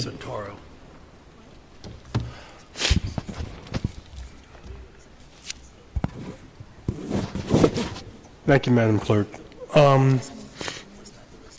Colleagues, today I am requesting a hearing to better understand the city's actions and procedures regarding a lien placed on the Voice of Pentacles Church, also known as a place to meet Jesus. Voice of Pentacle Church owed the El Rey Theater on Ocean Avenue. It is a historical theater in my district. A couple of months ago, we learned that the theater was foreclosed upon and auctioned off on the front steps of City Hall. Now, we have to remember this is a building where it's several buildings actually, and it sits 1,800 in the audience, and it's sold for $1.06 million. So I guess my reaction to that was, how in the world do you get a big piece of property like that for $1 million only? What is perplexing is how this property could have been sold without the city's knowledge, especially given that the El Rey has been identified as part of the Office of Economic Workforce Development's Neighborhood Asset Activation Program and is currently undergoing a community-led landmarking process. Furthermore, the city had a lien on the property owner for not being able to pay rent for space on Treasure Island. They owed the city $425,000. And because of the way this was sold, the city's collecting zero. I'm requesting the Department of Real Estate, Treasure Island Development Authority, and Office of Economic Workforce Development to present. I want to ensure that there is a transparency in what transpired, because now we will not see the funds owed to the city, and the beloved El Rey Theater belongs to a new entity. I am looking forward to working with our city departments to shed light on what exactly happened and to see if there are measures we can take to seize these opportunities in the future. The rest I submit. Thank you, Supervisor Yee. Supervisor Avalos. Supervisor Breed. Thank you, colleagues. I have two items today. Today, 3 days before we celebrate the 47th Earth Day, I am excited to introduce some of the strongest environmental protection legislation in the country. After months of work and collaboration with the Department of the Environment and businesses and advocates, we are introducing an ordinance to ban the sale of styrofoam.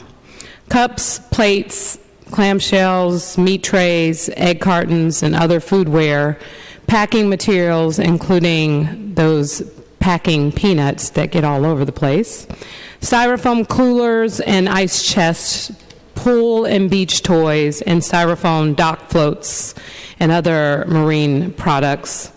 The legislation also bans the use of styrofoam packing materials for items packaged in San Francisco. We are city prized for our natural beauty, surrounded by water on three sides.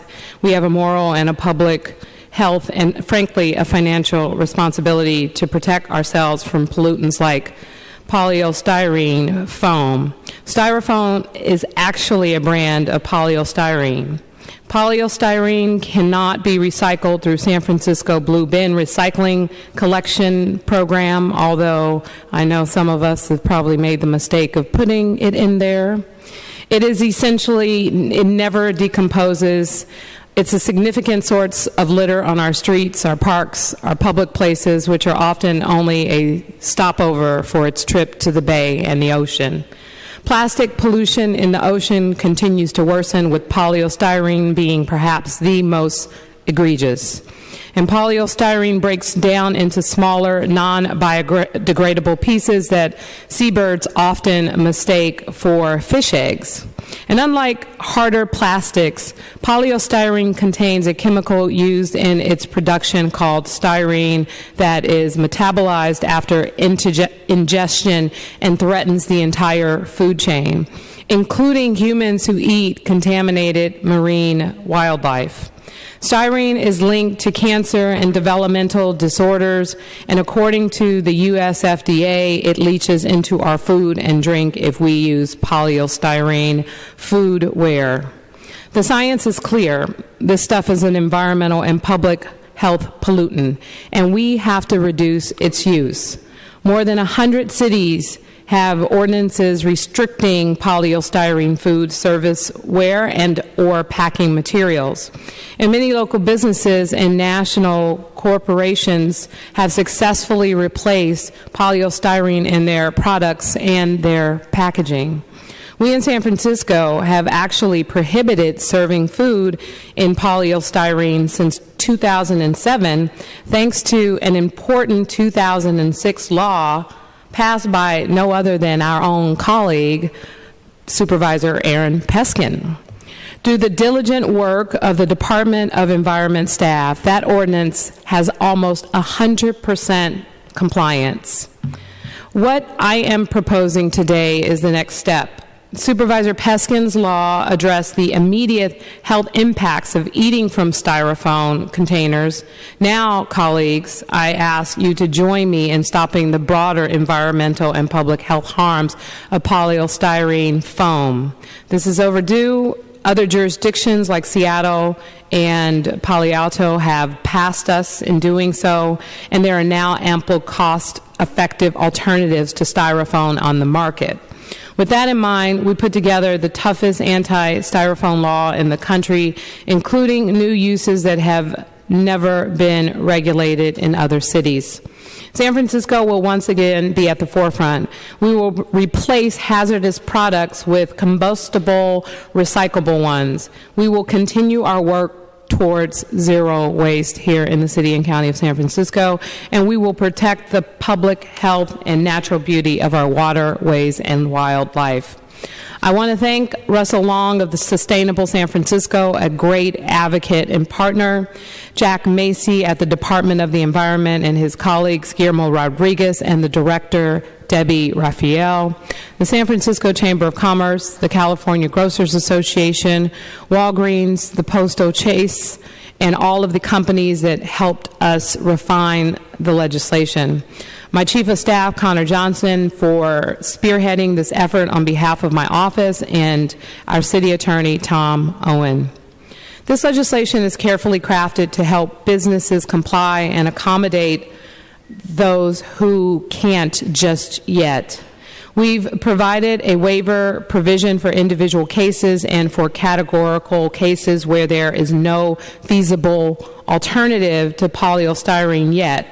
The Department of Environment is already moving on a waiver to accommodate pharmacies and drug companies that ship cold medications, and we will continue working with the grocers to help phase in the meat tray requirements and with any other businesses that have issues. But the end goal is clear. Stop the environmental and health harm. Styrofoam packing gets used for maybe a week or two. Food where even shorter than that. Then we toss the item and the styrofoam lasts another few hundred or even 1,000 years in our landfill and our ocean. The city committed to zero waste. The plan to stop sending anything to the landfill over a decade ago, and the only way we can achieve it is to confront products like this. Polystyrene doesn't biodegrade. It isn't recyclable in any practical sense. It's a pollutant, and there are better options we can use. Colleagues, for our environment, our economy, our public health, I ask your support to make this happen. And I want to also acknowledge my co-sponsor in this effort, Supervisor Aaron Peskin, who introduced the initial legislation to ban styrofoam from food products that we eat from. My next item, colleagues, is a resolution to declare next week as Public Works Week. Under the direction of Director Mohammed Nuru, the women and men at the San Francisco Department of Public Works work hard every day to improve the quality of life in San Francisco. To help to design, operate, and improve the city's infrastructure. They provide neighborhood beautification and organize volunteer cleanups. They repair our streets and sewer systems. They remove graffiti that vandalizes our community. And last year, the department made many achievements, including opening the restored War Memorial Veterans Building, completing the Oak and Fell pedestrian and bicycle safety project, expand the pit stops, the public toilet systems, to 11 locations, and they expanded their apprenticeship programs to create jobs and provide training opportunities for San Francisco residents, many who oftentimes have difficulty finding permanent employment. For more than 15 years, Public Works has organized community clean team events. The most recent one was hosted in my district just this past weekend, which also coincides with Earth Day on Thursday, April 22nd. These events have logged more than 165,000 volunteer hours, adding more than 33,000 plants to public spaces and removing more than 3.5 million square feet of graffiti. I want to thank the women and men of the Department of Public Works for working hard 24 hours a day, 7 days a week, to make sure that our city is clean, green, and working all the time. And I want to thank Supervisors Cohen, Avalos, Weiner, and Farrow, as well as Supervisors Kim and Yee for co-sponsoring this resolution. The rest I submit. Thank you, Madam President. Supervisor Campos. Thank you very much, Madam Clerk. A lot of interesting, exciting things happening here at the Board of Supervisors. And today, as was noted by my colleague from District 3, Supervisor Peskin, I'm introducing a resolution urging the state of California, the state legislature, to oppose a bill that has been introduced by Healdsburg Democratic Senator Mike McGuire. SB 1102, as Supervisor Peskin noted, is a way for web platforms like Airbnb to say that they are in compliance with state law, but without actually providing to the state of California or a jurisdiction the critical information that they need to enforce local law around short-term rentals. SB 1102 would give the state the ability to collect transit occupancy taxes from hosting platforms, but it would restrict access to data that could in turn limit the ability of local jurisdictions to enforce zoning, housing, building, and life safety codes. Under this bill, San Francisco and other jurisdictions would have to decide between collecting TOT, transit occupancy taxes locally, or having the state collect them. If the state becomes the vehicle for collecting TOT through the platforms, then local jurisdictions lose the ability to enforce our own laws. In particular, the state would take over auditing whether platforms are paying. We could only look at the state's records and not the records of the platforms. We could only use the state information for purposes of TOT enforcement, not for enforcing any other law or regulation. There's a huge amount of evidence that the city's regulations on short-term rentals are not working, and Supervisor Weiner talked about how what's happening with trees gives you this image of people going into a room and figuring out what's the worst system that you can create. I sort of feel like we kind of did that with short-term rentals, and I think part of the problem here is that it's driven by companies like Airbnb and the industry. Cities across California need more, not fewer, tools for enforcing laws against these multi-billion-dollar corporations. We were happy to see the editorial from the Sacramento Bee criticizing SB 1102, and I think that this board, given the challenges that San Francisco has been facing for so many years when it comes to the enforcement of this law, we need to be on record saying we oppose SB 1102. I know that we're going to hear from a couple of important leaders in the labor movement who are here to speak about this, but again, proud to introduce this resolution with Supervisor Peskin and ask for your support. The rest I submit. Thank you, Supervisor Campos. Supervisor Cohen. Thank you, Madam Clerk. I submit. Thank you. Supervisor Marr, you asked to be re-referred. Yeah, colleagues, I just wanted to invite you all. On Wednesday, the Association of Bay Area Governments is holding its spring assembly. I know Supervisor Kim and I have both presented on different panels over the years. The theme of this year's assembly of many of the mayors and city council members and county supervisors from all over the 9-county, 8 million plus members of this great Bay Area come to this meeting every spring. So it's Thursday, April 21st from 9:30 a.m. to 3 p.m. at the Oakland Museum, James Moore Theater. The panels are really critical as we move forward as a region. The first panel is on the business of regional government, meeting the region's significant housing and jobs challenges. It includes folks like Sonny Wright McPeak of California Emerging Technology Fund, Fred Blackwell, the Chief Executive Officer of the San Francisco Foundation, Reverend Kirsten Spalding, who's a brilliant labor and community leader from the San Mateo County Union Community Alliance, and Jeremy Madsen, the CEO of the Greenbelt Alliance. Also, the future of regional planning is a second presentation and discussion, which includes MTC Chair Dave Cortese, who Supervisors Campos and Wiener work with on the MTC, and also Jan Perkins, a senior partner with Management Partners, that's looking at merging of regional bodies like the Association of Bay Area Governments and the MTC. I also wanted to say that I think the Spring Assembly is a good chance to meet up and to share stories with many of the 101 cities around this region and the 9 counties. But also there's a critical merger discussion going on between the MTC and ABAG right now. A lot of the work that ABAG has been doing on transportation, housing, and creating living wage jobs has been great, and especially looking at development that's done without displacement, or transit-oriented development that's done in ways that are equitable and without displacement as well. So I really appreciate the leadership of ABAG. And I had mentioned that the move of all the regional bodies towards a central Bay Area Metro Center in San Francisco will be coming sometime in May or June. We're trying to wait for the building to be ready. It's an old World War II tank assembly plant that's been turned into one of the most sustainable buildings in the whole region.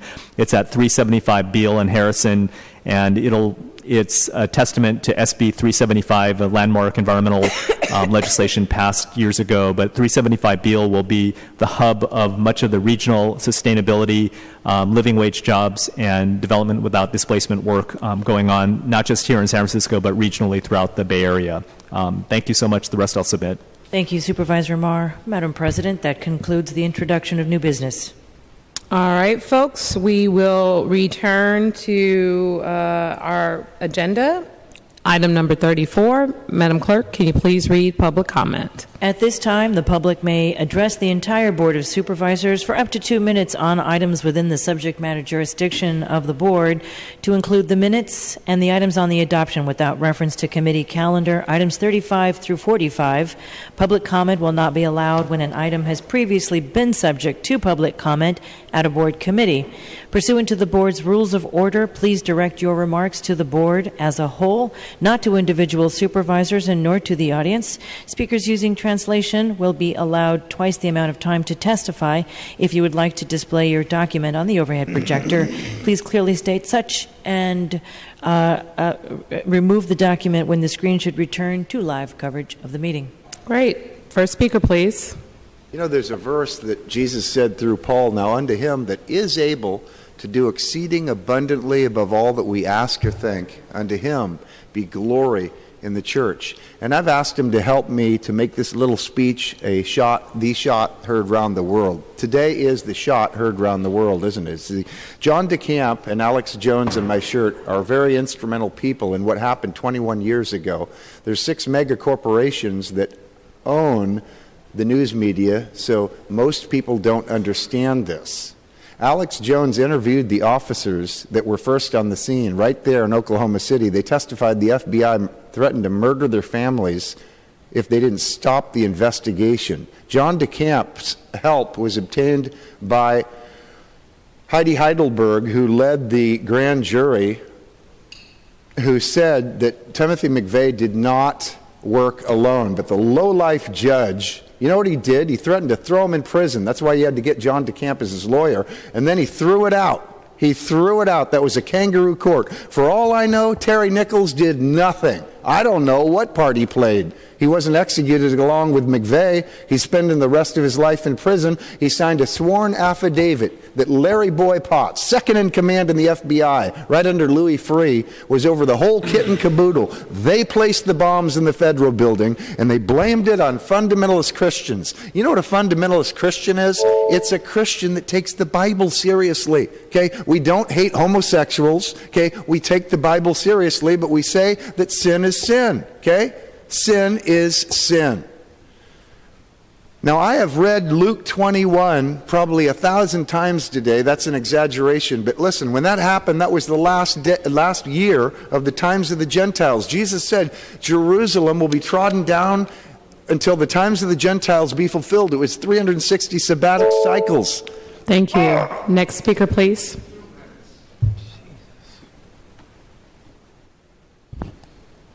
Good afternoon, Supervisors. Our very tragedy, our misused wisdom, passion, and destiny for one's wrongful speech, thought, and actions. One needs to uplift oneself step by step and layer by layer in return onto total true self-nature, of spiritual freedom, of heavenly way of great divine. Our righteous holy studies will be the inner clarity in purifying one's heart and soul by meditation of self-nourishment, of heavenly truth in nature, of cultivation.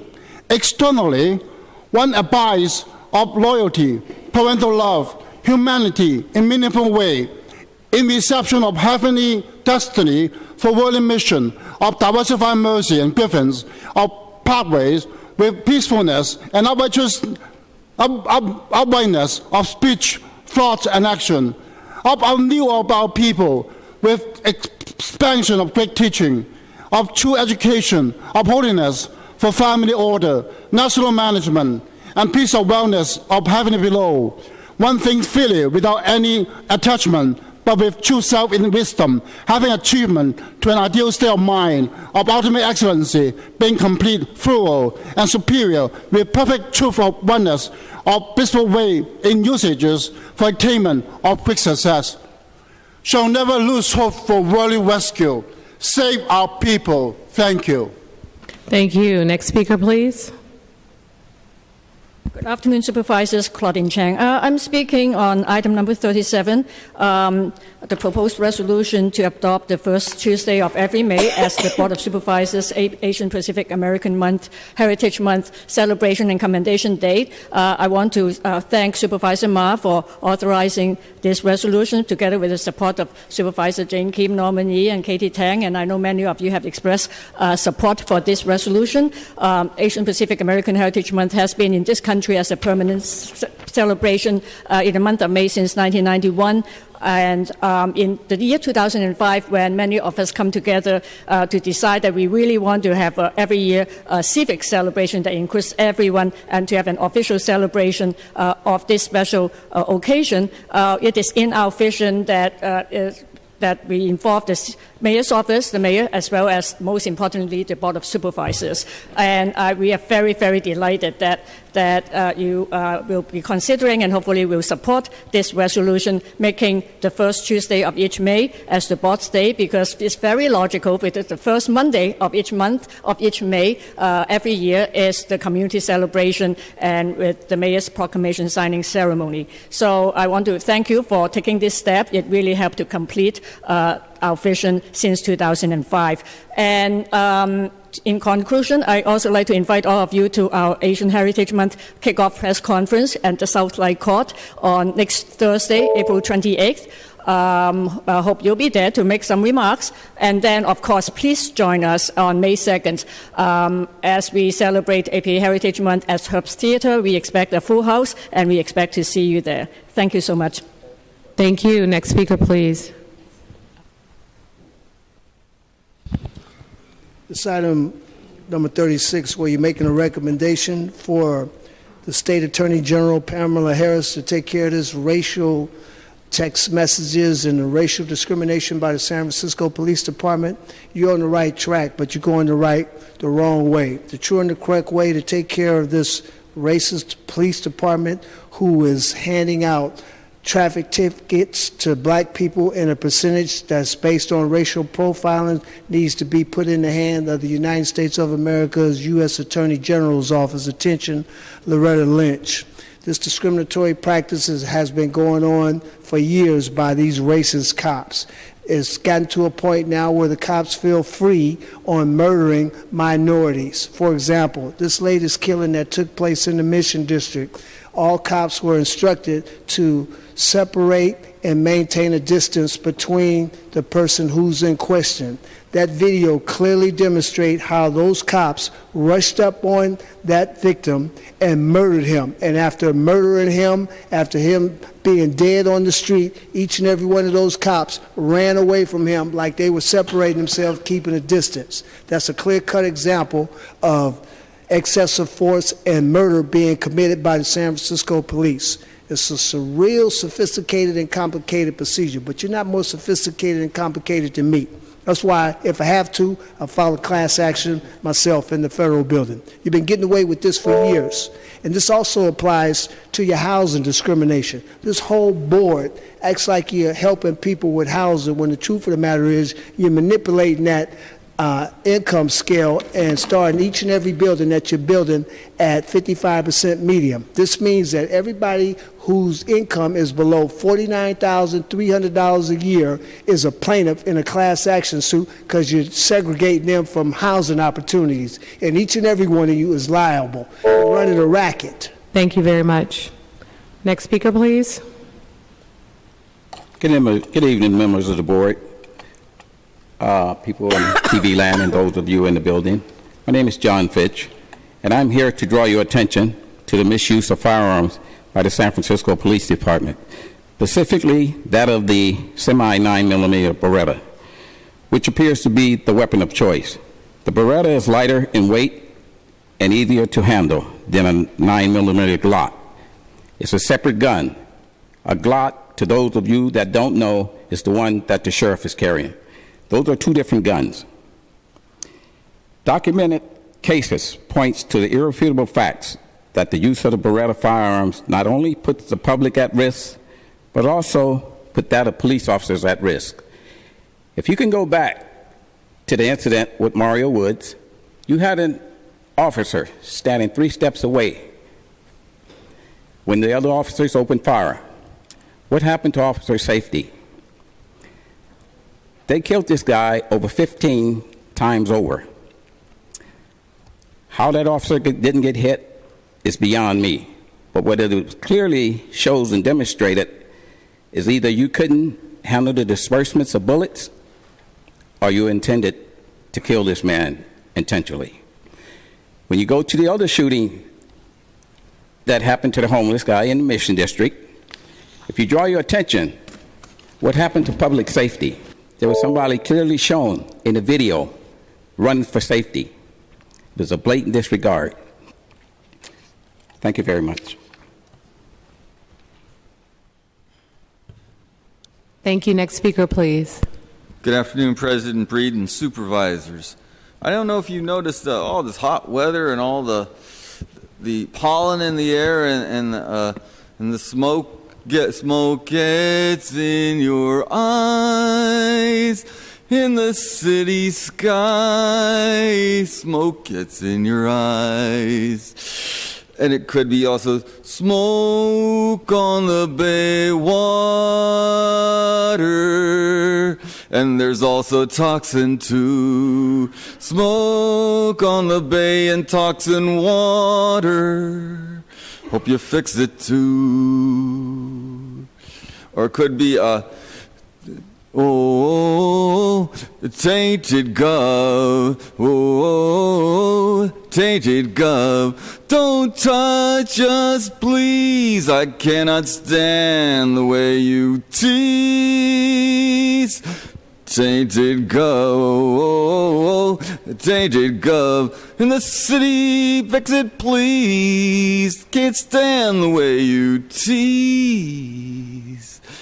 And happy 1906 110th anniversary of the 1906 earthquake. And I hope you make it safe, safe, safe, safe, safe, safe from the shake. From the shake, from the earthquake, make it safe, safe, safe, da da da dee, safe, safe, safe, safe, safe, safe, make it great, and make it safe from the shake, shake, shake. Oh boy, it's so hot, it's been a hunka, hunka, burn and go, hunka, hunka, burn and go. And I feel it so hot, the temperature rise higher, higher. It's burning through to my soul. City. Thank you. Thank you very much. Next speaker, please.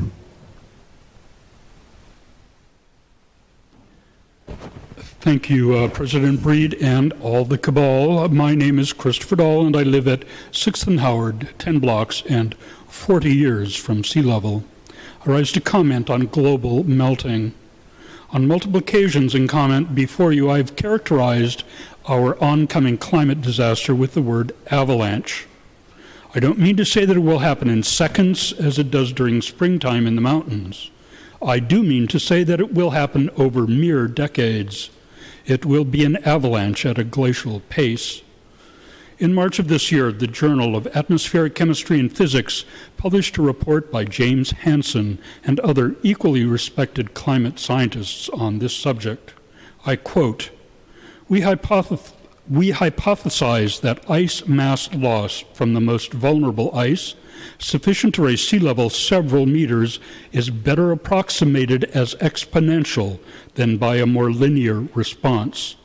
Doubling times of 10, 20, or 40 years yield multi-meter sea level rise in about 50, 100, or 200 years. Recent ice melt doubling times are near the lower end of the 10 to 40-year range, but the record is too short to confirm the nature of the response. Close quote. So I must ask again, if Muni Metro and BART is vulnerable to a few meters sea level rise, which it categorically is, why are you writing 50-year financing schemes to add to the system, to add to the cost of this looming disaster? Thank you, President Breed. Thank you. Next speaker, please. Good afternoon, members of the board. My name is Leah LaCroix, staff with the San Francisco Youth Commission. Thank you for considering the motion before you today, calling for a joint after-school committee of the whole hearing with the San Francisco Youth Commission. It would be the first of its kind in the 20 years that the Youth Commission has been in existence, and I know our commissioners are really excited for this. But moreover, the legislation that would be considered at that hearing would have an enormous impact on how young San Franciscans participate in shaping our city and how we invest in them as lifelong voters. SF is the largest city to consider such a change, which would be the charter amendment to lower the voting age in San Francisco to 16 for municipal elections. We have found that in the past, public hearings on this issue, including the recent Board of Education hearing, demonstrate how important it is for our elected leaders to hear directly from the young people themselves on this issue. Thank you for your support and for your and with your blessing, youth commissioners look forward to meeting with you jointly on May 3rd. Thank you. Next speaker, please. Good afternoon. My name is Al Perez. I'm a member of the APA Heritage Celebration Steering Committee, president of FAAE Pistahan Parade and Festival, and serving as commissioner in the San Francisco Entertainment Commission. I'm here to support the resolution declaring the first Tuesday of May as Asian Pacific American Heritage Celebration Month and recognition of outstanding Asian Pacific Americans in each of the 11 districts. Thank you, Supervisors Eric Marr, Jane Kim, Kaylee Tang, and Norman Yee for sponsoring this resolution. This year marks the 12th anniversary of APA Heritage Celebration in San Francisco. Mr. Perez, I'll just say that Supervisor Peskin's also a co-sponsor too. Thank you, Supervisor Peskin, as well. Celebrating the diverse and vibrant Asian Pacific Islander community in San Francisco, including the Chinese, Japanese, Filipino, Vietnamese, Cambodian, Hmong, Korean, Indian, Singaporean, Samoan, Chamorro, and others. As a community organizer, I know that a resolution like this resonates throughout our communities and very much appreciated. And it goes a long way in giving folks in the community, especially our youth, a lot of inspiration and motivation to be actively involved and be productive citizens of our dynamic city. So thank you, and I'm looking forward to seeing you all at the event on May 2nd. Thank you. Next speaker, please.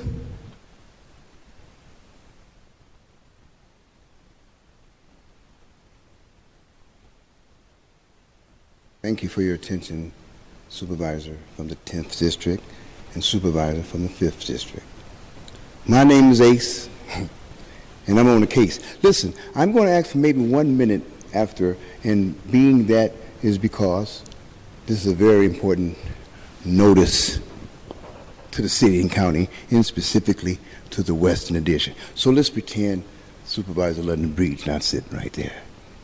Pretend that's just somebody from the 5th District president. Just happened to be someone else, not London Breed, who I admire, respect, and would never say nothing that you folks would try to reject. But let's talk about the field no more. We are in a state of emergency. We're in a dysfunctional part of the city and county has been neglected way before Miss Breed was born. So we're not going to point the finger at her. But the deal is room 200 is responsible. And not only that, HUD, Chris, what's the name? Castro, the guy is younger than my oldest daughter. It might be the next vice president. But let's talk about currently here in the city by the bay, in the Fillmore. I'm putting notice out as the Fillmore Corridor Ambassador. Don't need no votes, don't need your permission, but I'm putting your own admission. It's dysfunctional. The community is going to has rejected the program that's coming from Investment Neighborhoods, Adrian Baker, Urban Solution. London, your name's not on this, so I don't need not mention your name right now. And OEWD, they need to come to my community. We're redeveloping currently, passed all that money over to them. And now they're running things. And they have a young whippersnapper named, Thank you, Ace. Oh, no. I can't give you one more minute, otherwise I'd have to give everybody else. You know who did that for me? Angela Alioto, some 25 years ago, as the president, say, hold up. Thank you, Ace. The sheriff was going to come get me. And this deputy been following me ever since I've been in here. What's that about? But thank you, Mr. Washington. Don't notice. From here on out, we want that program rejected. Thank you. Not accepted. The same people that's been there 10 years going to come around and do it again, London? Oh, to the hell, to the no. Thank you. That's Queen Bee to you, Mr. Washington. Next speaker, please. Hello. Hi, my name is Candy Ann Merrill, and I live in an SRO building. I heard that mentioned today, and it's Environmental Week. It's Earth Day coming up, and I want to bring up a new aspect of environmental justice and injustice.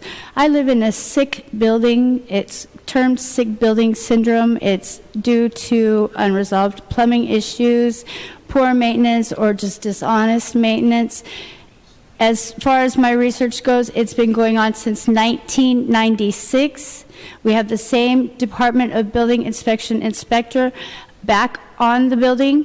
His name is Mungovan. He's very dishonest, and he is allowing people to become sick, ill, and die in our building. TNDC is the nonprofit who runs my building. There are 140 tenants in this building. We have Stachybotrys chartarum growing out of the ceiling. If you have a nail hole, it will fill itself up over time with a white pitted mushroom. It's Stachybotrys chartarum. We have fungal yeast cells that are macroscopic, huge, coming out of our heaters. I learned a black light technique and was able to actually see what dirty sock syndrome looks like. We are breathing and living with this air every single day. The EPA has the Clean Air Act of 1970. San Francisco has the Toxic Mold Protection Act of 2001. And none of those things and no agency that the government has put in place will come and help us assess this problem, inspect the building. We cannot afford indoor air quality testing. And if we could, they probably would just reject it anyway. We're having a problem with our Department of Building Inspection. If it were not for them, we would not have this problem. The same inspector, Mungovan, who passed on it in 1996, is now responsible. Thank you. Thank you very much. Next speaker, please. Yes, hello. My name is Stephen Shaw, and I do reside at 141 Eddy Street. And I would just like to ask your help to open up an investigation as to, I'm piggybacking on what Candy Merrill just said, because I'm one of them, and I'm very sick. My room is deplorable. I mean, I can't even open up my windows because they're too heavy to open up, and that stink, that dirty sock smell, it just gets in my lungs. I'm up here like mucus is coming out my nose as we speak. I'm just, I'm back there blowing my nose like I'm very sick, and I need somebody to help get this building, under investigation and get rid of it or something. I mean, I can't even live in my own room.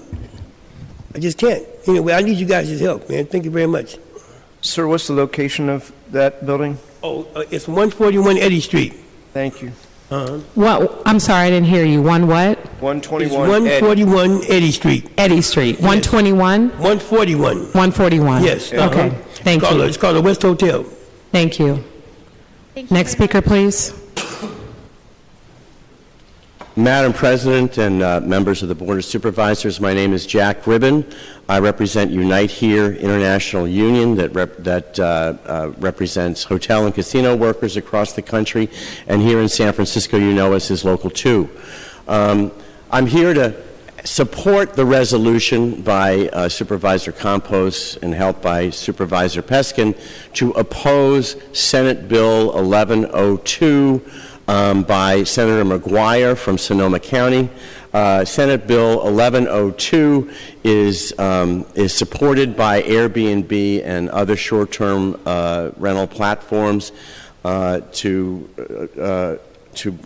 allegedly legitimize the operations of these systems and bring taxes into local jurisdictions. However, what they will do is they will use this bill to lend credibility to these platforms when the city of San Francisco and other jurisdictions in the state will not have the information necessary in order to be able to ensure that local zoning laws and local residential housing ordinances are upheld.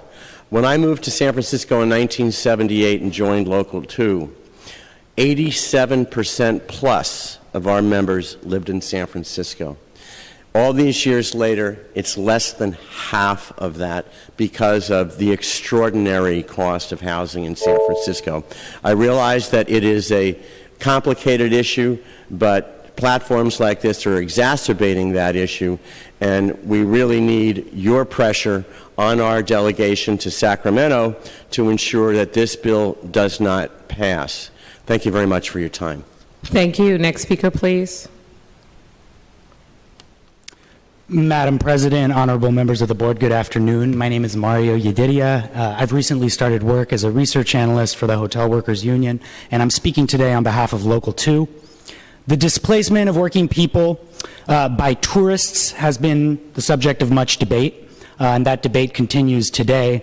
I'd like to draw your attention, however, to one aspect of this problem that has gone largely unnoticed. We have been watching a growing number of SRO hotels seeking permits to convert to tourist hotels. In some cases, these are SROs that are already effectively operating like tourist hotels, which due to loopholes in the current code is rather difficult to prove. When tourist hotel developments come with guarantees that workers can organize a union, that can be a good thing for our community. But we are very concerned that some of our city's most important affordable housing stock, namely SRO hotels, could be destroyed just when working class San Franciscans need them most. That's not something you should stand by and allow to happen. We urge you to put the brakes on this trend until the city can come up with some common sense protections for SRO tenants, which I know Supervisor Peskin is working to develop and implement. Thank you. Next speaker, please. Thank you, Maura. Hello, good afternoon, supervisors. My hearts go out to the friends and family of those killed by SFPD in recent years. My name is Rio Scharf. I'm a community organizer for Central City SRO Collaborative, and I want to continue the conversation that Mario just started. We have less than 20,000 SRO units in this city, as Supervisor Peskin let us know, and every day we see that number dwindle. To work as an organizer in single-room occupancy hotels in San Francisco is every day to witness a huge contradiction. We argue vigorously for new affordable housing. We talk eloquently about skyrocketing prices, and yet every day more residential SRO rooms are being illegally rented to tourists, contracted out to students, or left vacant until profitability rises. Stop by just a dozen SROs, and I assure you, you'll see on display all of the tactics that owners use to rent to anyone other than SF residents. Last week, I found an SRO with no tourist rooms allowed in the building, and they were advertising on Airbnb for over $1,100 a week. Was that for low-income SF residents? No, no way. The week before, I saw a common room at an SRO right in this neighborhood, right in the Tenderloin. The common room had long been used by seniors as a TV room, and now it was stocked with a ping pong table and an Xbox, and was being used only by students under the age of 25. Not for our SF elderly residents, of course. The week before that, I saw an SRO where 30 units had been left vacant so that 30 students from a tech startup replacement college program could move in all at once and dramatically transform the culture of the building to one that was almost uninhabitable for the long-term and mostly senior SF residents that were living there. We can't not allow this to continue. We have to get serious about protecting SROs. If we can afford to build more new affordable housing, which of course we must, then we can absolutely afford to preserve one of the most precious sources of low-income housing in the city. Stop any more SRO building conversions. Give Department of Building Inspection... Thank you. And let's get serious about Thank you very much. Next speaker, please. Hello, my name is Kevin Stahl. I also work at the Central City SRO Collaborative, and I am also a resident of an SRO for almost 15 years. As much as I would love to move into a apartment and afford to live in a better housing environment, unfortunately, the housing stock is unaffordable to me because of the prices of rent. I cannot afford a $3,000 studio apartment or a $5,000 one-bedroom, two-bedroom apartment. I strongly urge to make sure we build more affordable housing for people who live in SROs to want to move up and live in better housing environments, as well as keep the housing stock of SROs as much as available as possible, instead of converting them to boutique hotels or other uses that are not used for people who cannot afford luxury apartments or whatever. Most of the people who live in these SROs are people who work and or go to school and are artists, and they want to be able to live in a better environment than living in an SRO, which is not really a great living place to live in, but it's better than being homeless. So I would strongly urge you to both build more affordable housing to people who live in these lower income communities, as well as preserve the stock of SROs in this city. Thank you. Thank you. Next speaker, please. Hi, my name is Felicia, and I live in an SRO, the Union Hotel. Before that, I was homeless. I slept in a broken-down pickup truck and a park bench. I worked for UCSF. I made good money, but I didn't make enough to be able to afford first and last in security here in the city. I couldn't get a place. I ended up losing my job. And then a police officer that came by periodically to check on me when I was sleeping in the park, he told me about these places where you could go stay. And I got into the sanctuary, but I was there for 15 months. I couldn't afford to get my own spot. In the process of it, I lost my job. Now I'm in an SRO, and I'm working for the Central City Collaborative. Things are getting better, but it is extremely important that we don't turn these SROs over to the tourists, because there are too many of us. I've lived here for 40 years, and I've worked in this city for 40 years. And there are too many of us that need it. We can't afford these thousands of dollars of rent and then have to do the first, last, and security. We can't. It doesn't matter how much money you make. You can't. We need affordable housing. Thank you. Thank you. Next speaker, please.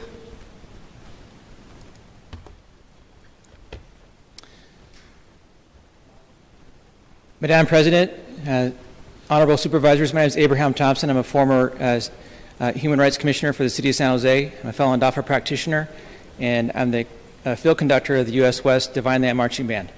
The Divine Land Marching Band is a community marching band that was formed in 2007 and composed of entirely of fellow DAFA practitioners. We travel up and down California, all over the West Coast. And in 2015, in the Italian Heritage Parade, we won first place community marching band. This year in 2016, we won first place for the community marching band. This year, I applied for the Japanese Cherry Blossom Parade as the U.S. West Divine Land Marching Band. Within the application, in the description section, I clearly explained that the band was entirely composed of Falun Dafa practitioners. I also sent a detailed email to the parade director further explaining that we were Falun Dafa practitioners. 2 weeks later, we were officially accepted into the parade. 80 of our band members showed up to the Japanese Cherry Blossom Parade on Sunday here in front of City Hall. 30 minutes before the parade, Richard Hiroshimoto, the president of the Japanese Merchant Association, got on the loudspeaker and said that because we did not apply as Falun Dafa but as the U.S. West Divine Land Marching Band, that we were denied entry because, quote, we were a political organization. He further stated that we were a religious political organization, and because we were not allowed into the Chinese New Year Parade, we were not allowed into the Japanese Cherry Blossom Parade. At that time, the parade director clearly communicated to Richard that I explained that we were Falun Dafa practitioners. I want to thank Supervisor Wiener, Marr, and Farrell, who took time to discuss this issue with me after the incident happened this weekend. I come here today to stand up against injustice committed against Falun Dafa practitioners here in San Francisco. I also come here today to restart a dialogue with you about what Falun Dafa is and the positive influence we are making here in the city. I look forward to meeting with you in the future. Thank you very much. Next speaker, please. Yes, good afternoon, Supervisors. My name is Jean Cho. I'm a U.S. West Divine Land Marching Band French horn player. I'm a Falun Dafa practitioner as well. Last Sunday, April 17, in front of the City Hall, we were told our band was not allowed to join the Cherry Blossom Parade at the last minute. The excuse was that Falun Dafa was a political group. I feel sad and being discriminated. We're not a political group. We're just labeled as political group by Chinese Communist Party. We don't have any political aspirations. The only principle we have is truthfulness, compassion, and forbearance. During the past 10 years, we joined San Francisco Columbus Day Parade, St. Patrick's Day Parade, Easter Parade. We joined Hollywood Christmas Parade, Seattle Torchlight Parade, etc. We were welcomed and cheered by organizers and audience everywhere because they saw the beautiful of Falun Dafa with their eyes. I don't think we should be discriminated because of our belief, especially in the United States, a land of freedom. In China, millions of Falun Dafa practitioners have been persecuted since 1999 by CCP. Over 3,000 practitioners were tortured to death, and thousands of practitioners were forced life organ harvested. If we step out and say stop doing this, does anyone think it is a political issue? No, it's justice. So please help us to stop the extension of the persecution from CCP in San Francisco. Thank you. Thank you. Next speaker, please.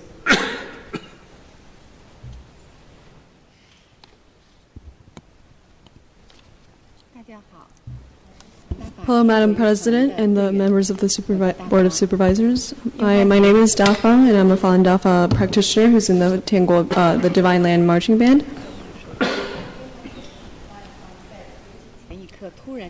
Very shortly before the parade, the Cherry Blossom Festival organizers prevented us from joining the parade, and because we were the Falun Dafa. I was very shocked and I was very appalled at the situation. Only this Communist Party of China persecutes Falun Gong, but worldwide it's practiced in many, many countries.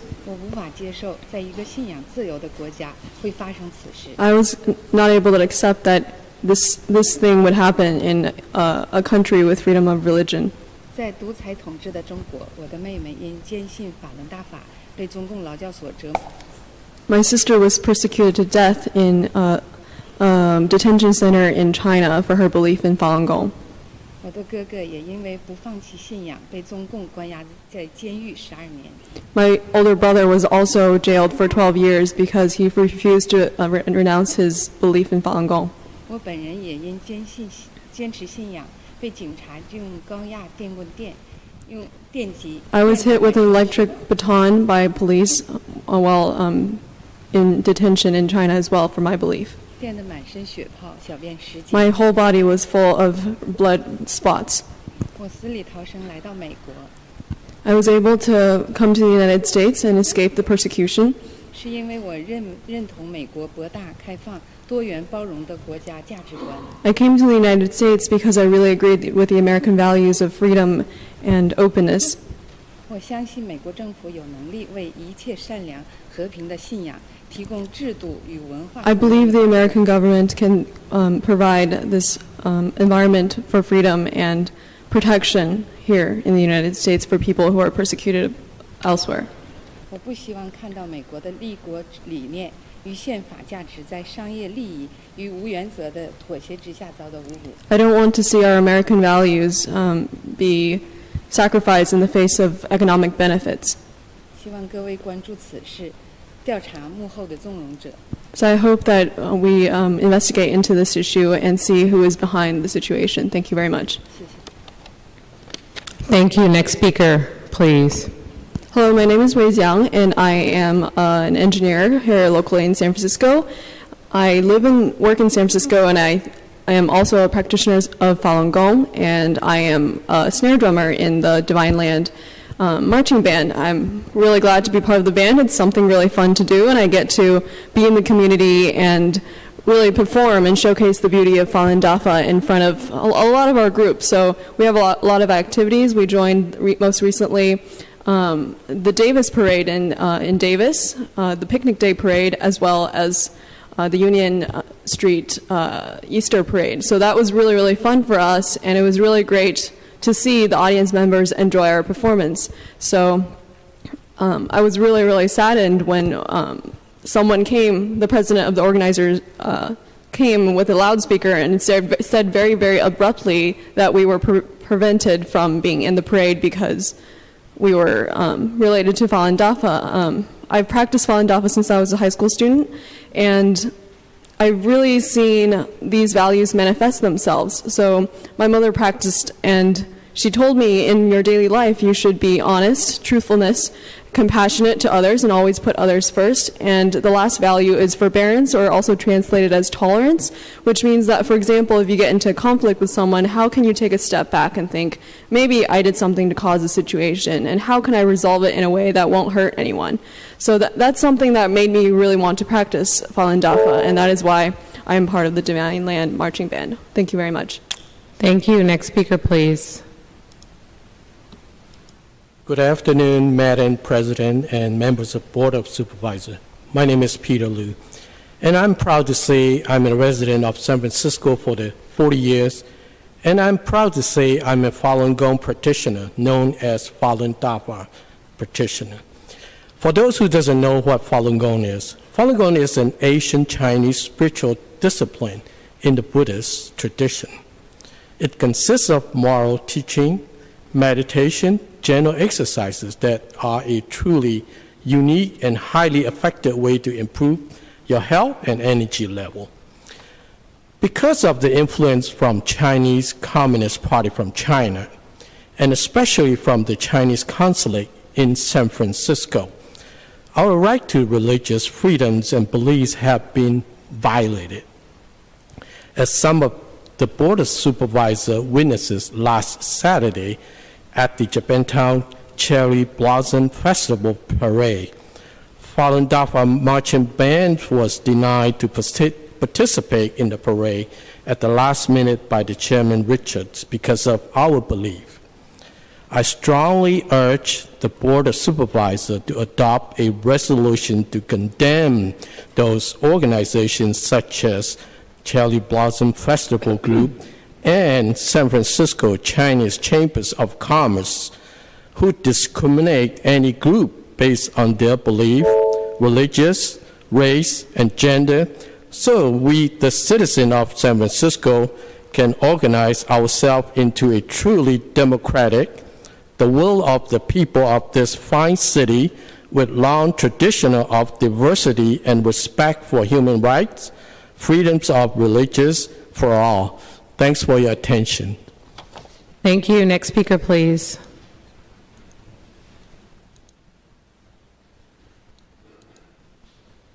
Hello, my name is Eleanor Hill Courtney, and I do live in an SRO, and it happened because I got evicted out of a wonderful, huge place on Nob Hill, and I really didn't know where to go.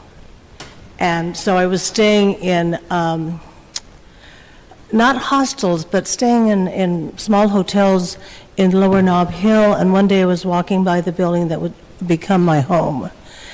And what I feel is that greed is the motivator for us to lose our homes, that have homes that are could be rented for more money, and I think that the greed that possesses the people who own these buildings infiltrates into a lot of different parts of the community. And I'm really proud to say that I worked in Mr. Peskin's campaign last year. I supported him, and I would support him again for what he did for us as members of the San Francisco community. So I really, really feel badly for people who are coming here now. I know that where I live, the rent in the 4 years has increased dramatically. And I have a friend who's an engineer who moved in there because he can't afford, even with an engineer's salary, to live in a nice place because they're so overpriced. So where are we going to end?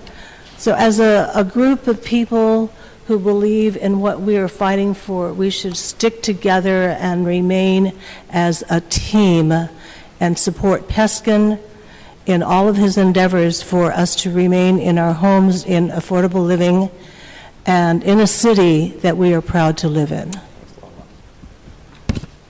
Thank you. Next speaker, please.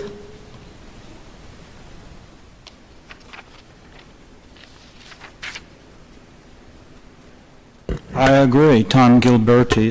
Seems like the whole Bay Area is in a housing broil. Long-term renters, homeowners are just being lost, and there's no leadership. San Francisco's mayor could very well pull to this regional area together, but there's, again, no leadership here.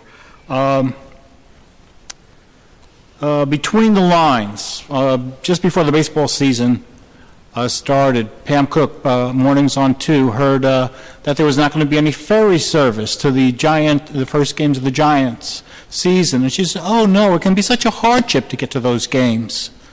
Let's add 11,000 workers across the bay for the Giants plan. Let's add 2,500 more people that are going to be living in the Giants plan across McCovey Cove. And let's add 18,000 that are going to go to the basketball arena.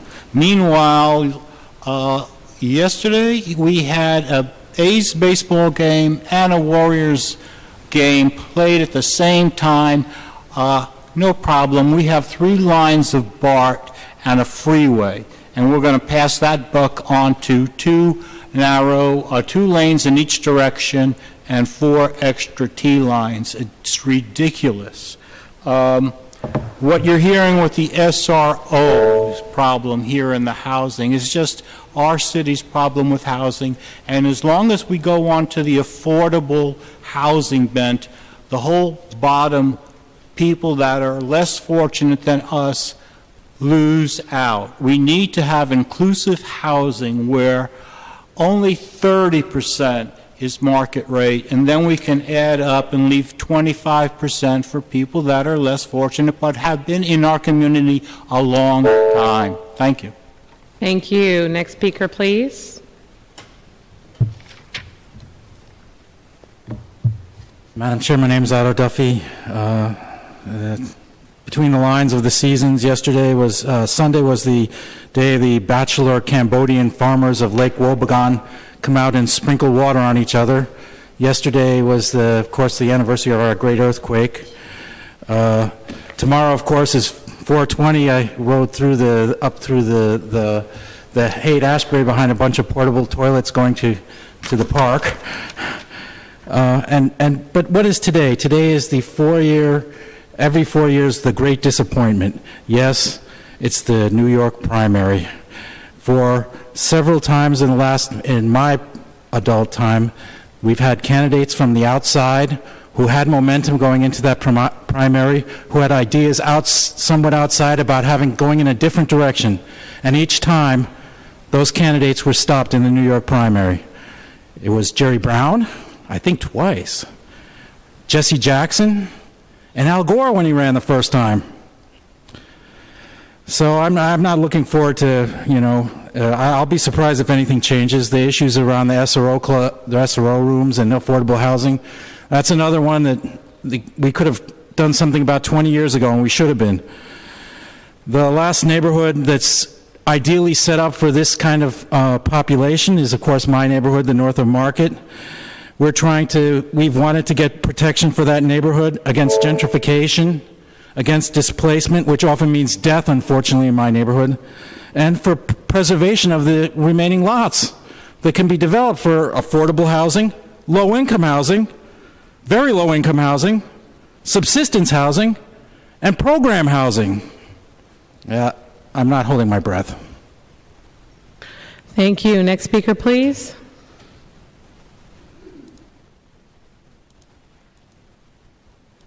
I'm going to talk about use of presently existing housing and future housing, low income. I would like the city to draw a clear line between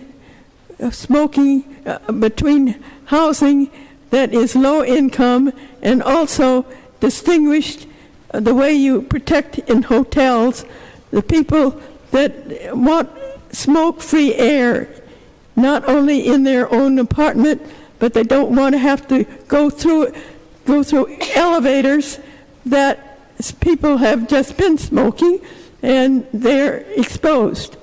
The shelters they have not been free of smoking, with doors opening directly to places people have beds in big rooms. And there's lots of coughing, and there's smoking within the structure. And even though they can't smoke in the bedrooms, still there are people that can go in and out of the smoking room and sleep next to you in 3 feet away that have just been smoking.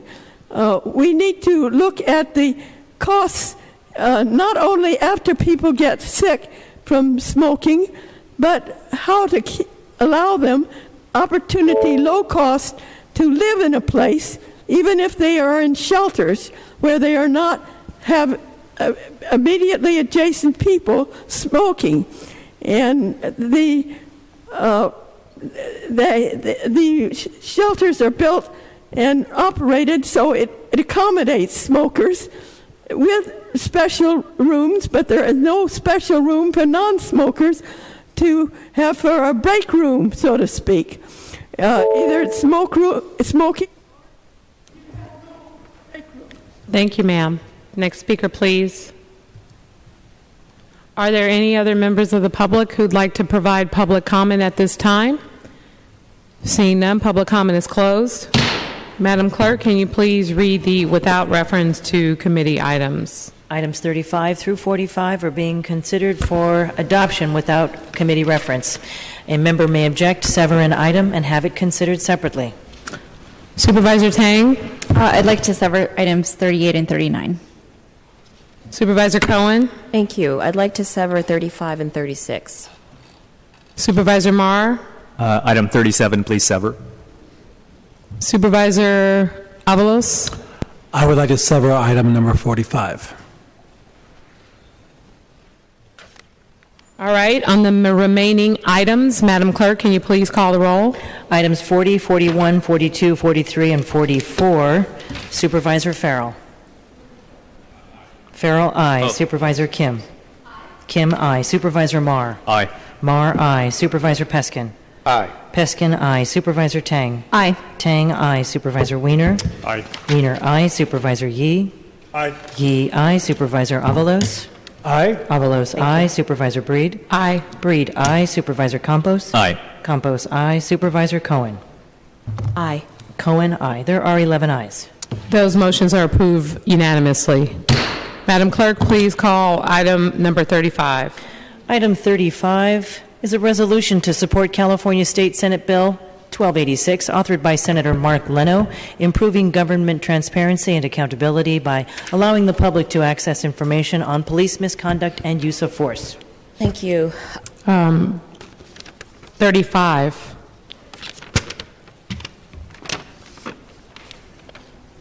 Okay, I'm sorry. Yes. Supervisor Cohen. Thank you so much. All right. So I want to read to you the first lines of Senate Bill 1286, who's the author. The author is Senator Mark Leno. The public greatly appreciates peace officers' hard work and dedication to public safety. The good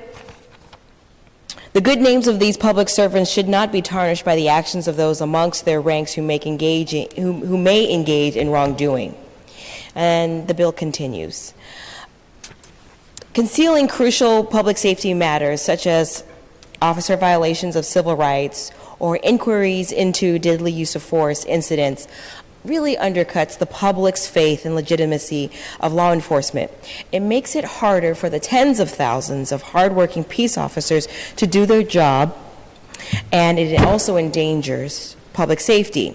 The push for transparency in law enforcement is something that I've been advocating for, like many of you in this chamber here in San Francisco for some time now. I am the first to recognize that a majority of our officers do great work that often goes unrecognized, but the balance of accountability is too heavily weighted on and burdened on members of the public. Now, if we give police officers the authority to take an individual's life when they deem it necessary, I think we can all agree that they have a responsibility to display that they did so using a sound and, most importantly, unbiased decision-making process. Senate Bill 1286 will do the following. It allows the public to access records of sustained charges of misconduct, including use of force, sexual assault, racial or identity profiling.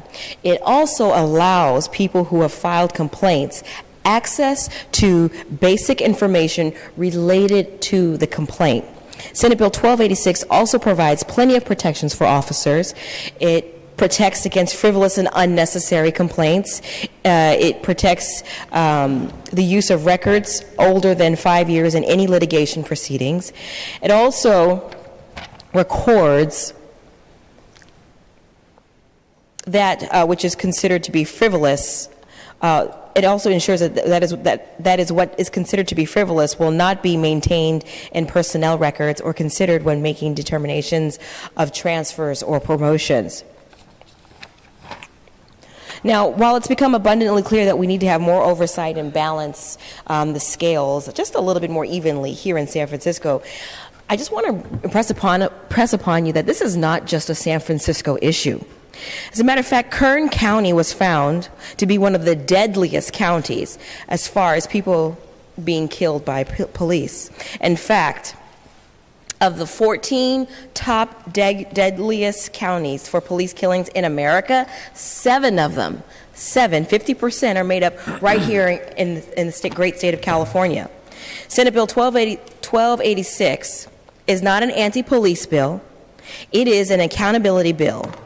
This bill is created for more transparency. It is a bill that will foster a better community and overall better and stronger police relations. Now, I hope to have your support on this resolution as it brings San Francisco, California from behind the conservative states like Florida, Utah, Texas, and puts us in the leadership position that we should be in when it comes to police reform.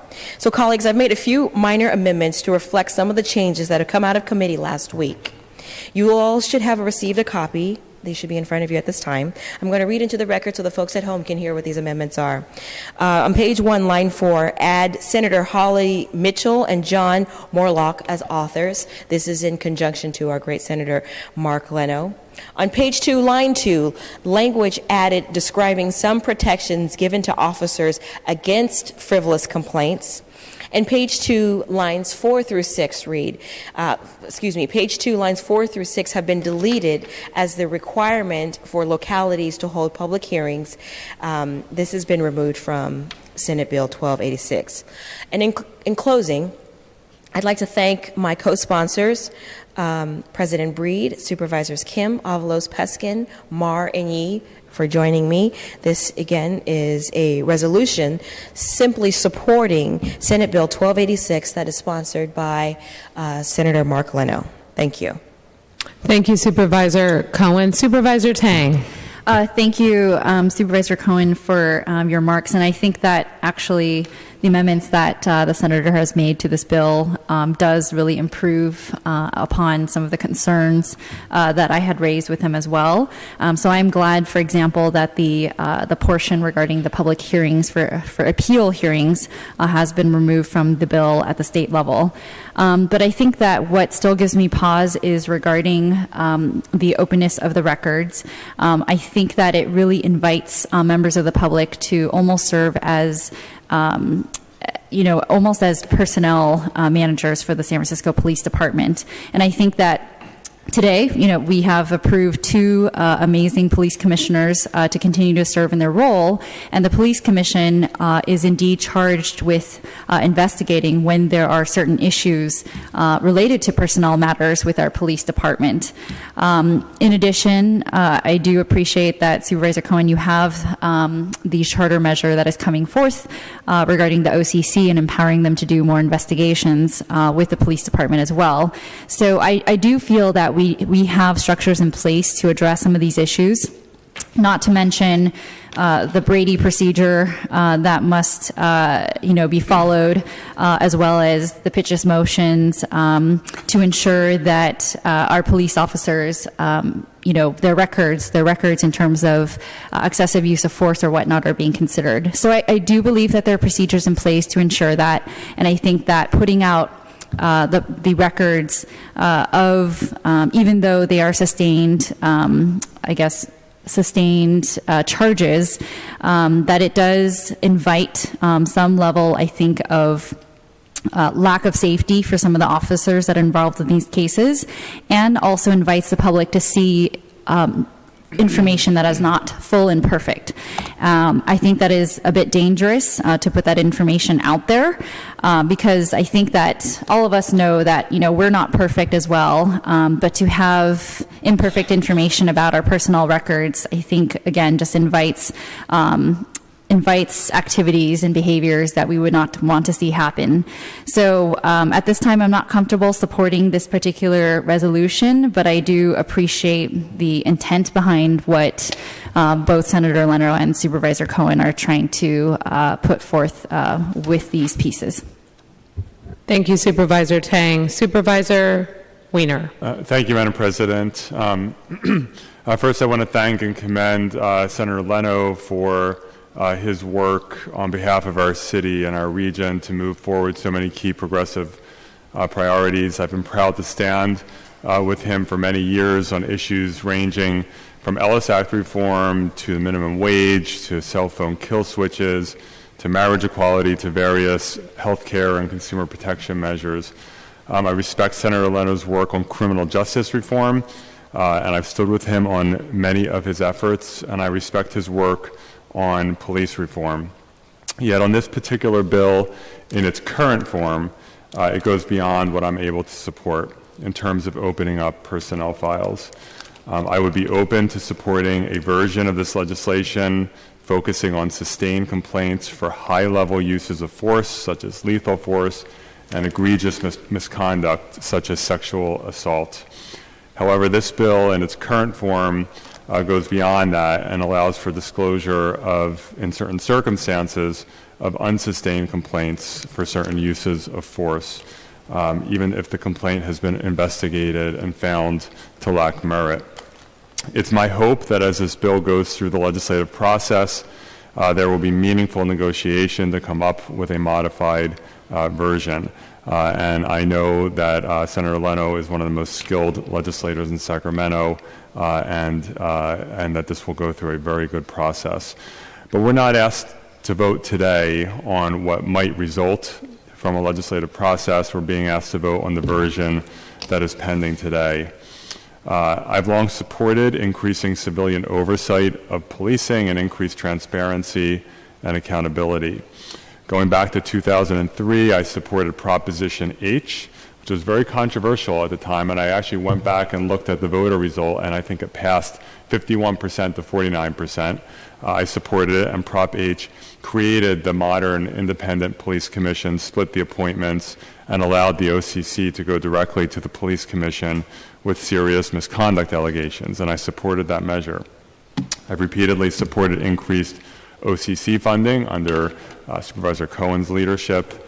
I've supported the ballot measure that Supervisor Cohen sponsored to require OCC investigations for all uses of lethal force.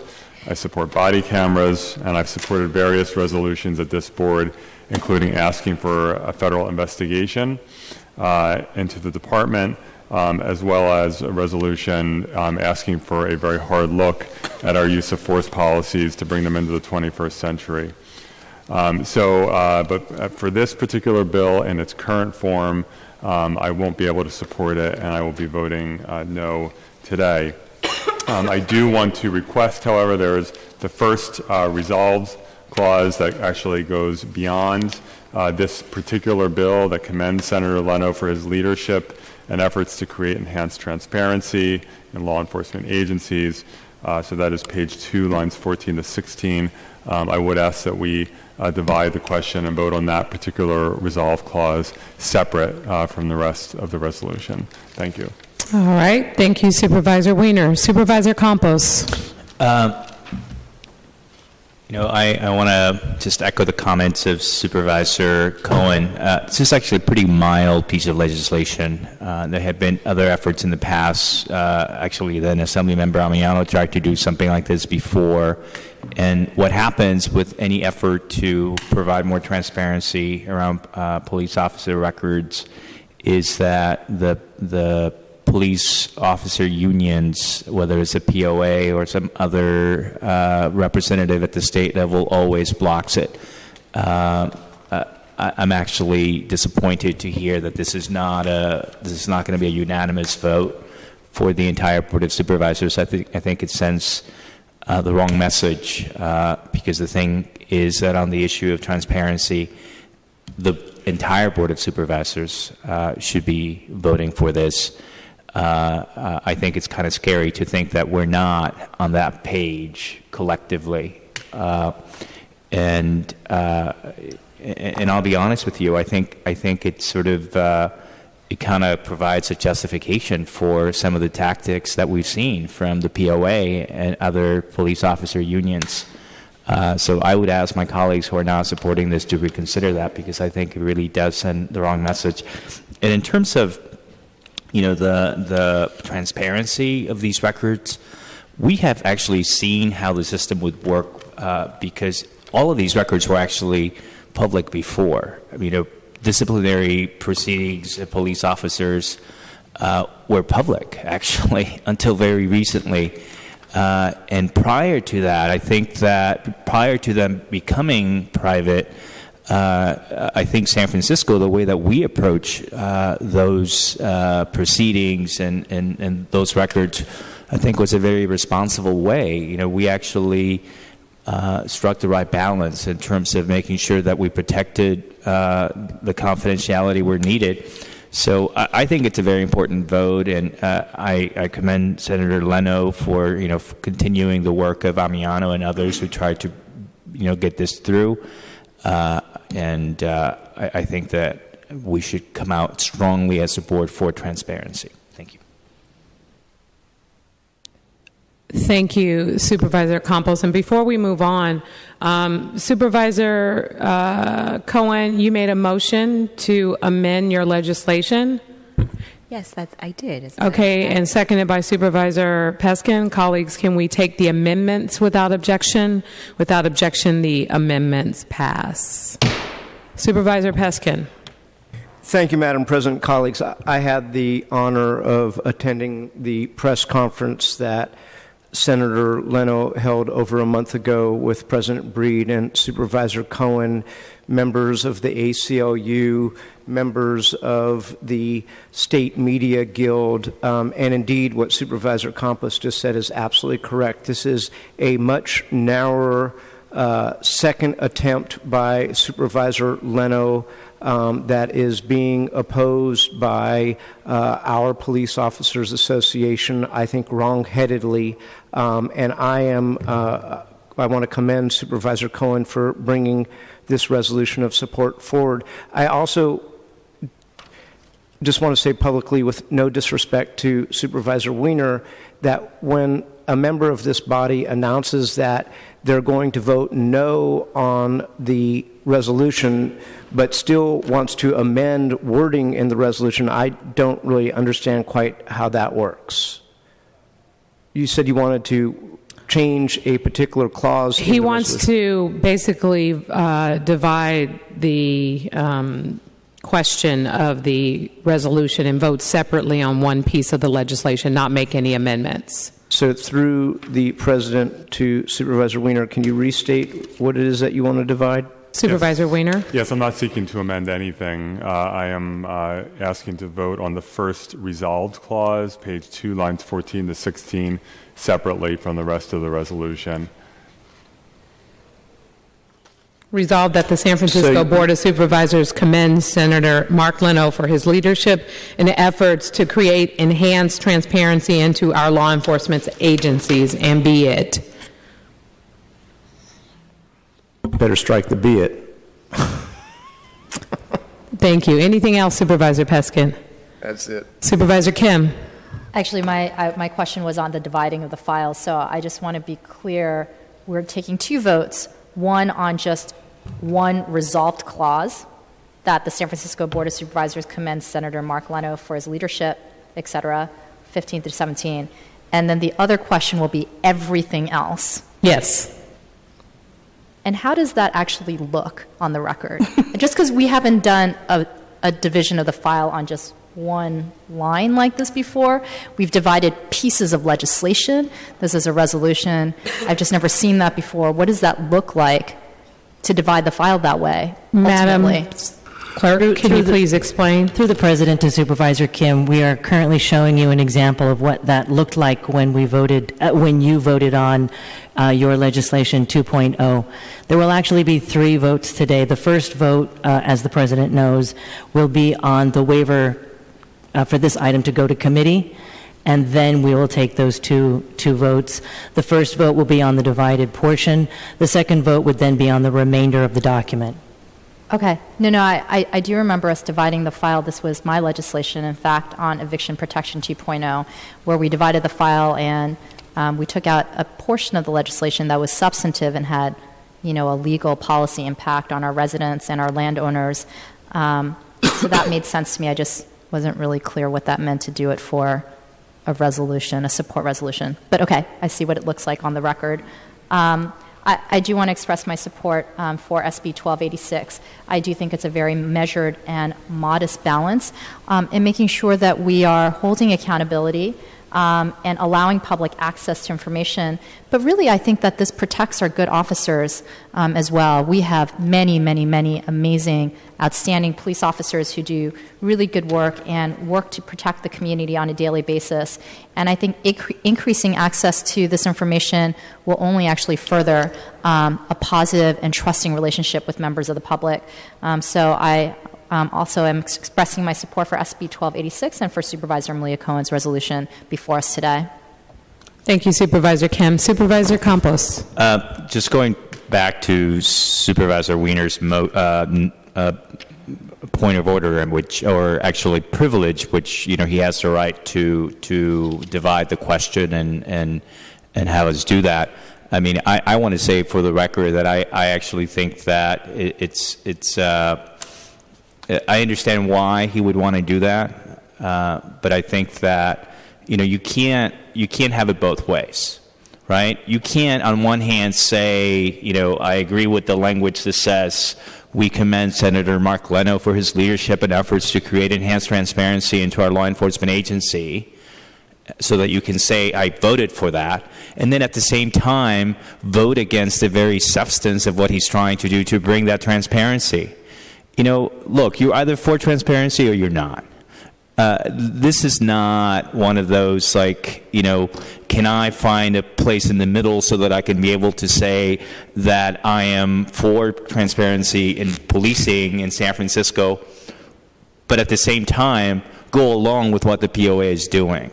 I'm sorry, it's just like you can't have it both ways. And so I know that we don't have a vote on that, you know, that this automatically happens, but I think that it should be very clear that the people who vote against the substance of this resolution are people who are siding with the Police Officers Association on the very pressing issue of transparency. Should we have transparency? A vote against that portion of the resolution means that you agree with the POA that we shouldn't have. That's what this means.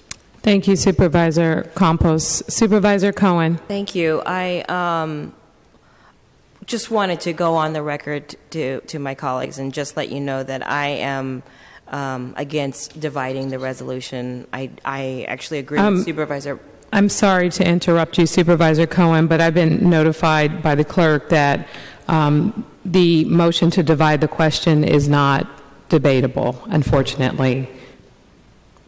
I'm not debating it. What I'm saying is that I don't like it. And that's not a debate. It's a statement. And I just want to make sure that it's very clear, and I believe that it is stripping out the meat, the purpose of the resolution. You're either for transparency or you're not. Thank you, Supervisor Cohen. Supervisor Peskin. I think everything that needs to be said has been said. Okay, so with that, I am going to... Supervisor Farrell. Supervisor Farrell. Thank you, President Breed. You know, appreciate this dialogue here at our board. Not a debate. Right, it's a dialogue. You know, look, I appreciate the resolution by Supervisor Cohen and agree we need to promote transparency across our government, without a doubt, across our political spectrum, within our police department and every other department. Appreciate the efforts in this regard. I have to say, with all respect to my colleagues, I rejected the notion that you're for transparency or you're not. I mean, flipping this around, you know, from my perspective, the issue that I have with the underlying bill has nothing to do with generic transparency. It has to do with the fact that it was amended at committee last week, and I'm happy that the local public hearings were taken out. I thought that was potentially poisonous. But as it continues to wind its way through the legislature up at the state, the issue I'm still concerned about is the disclosure of any accusations of use of force, whether they're sustained or not. And, you know, accusations, whether they are in the police department or in politics or any other walk of life, are often just as powerful as charges that are sustained.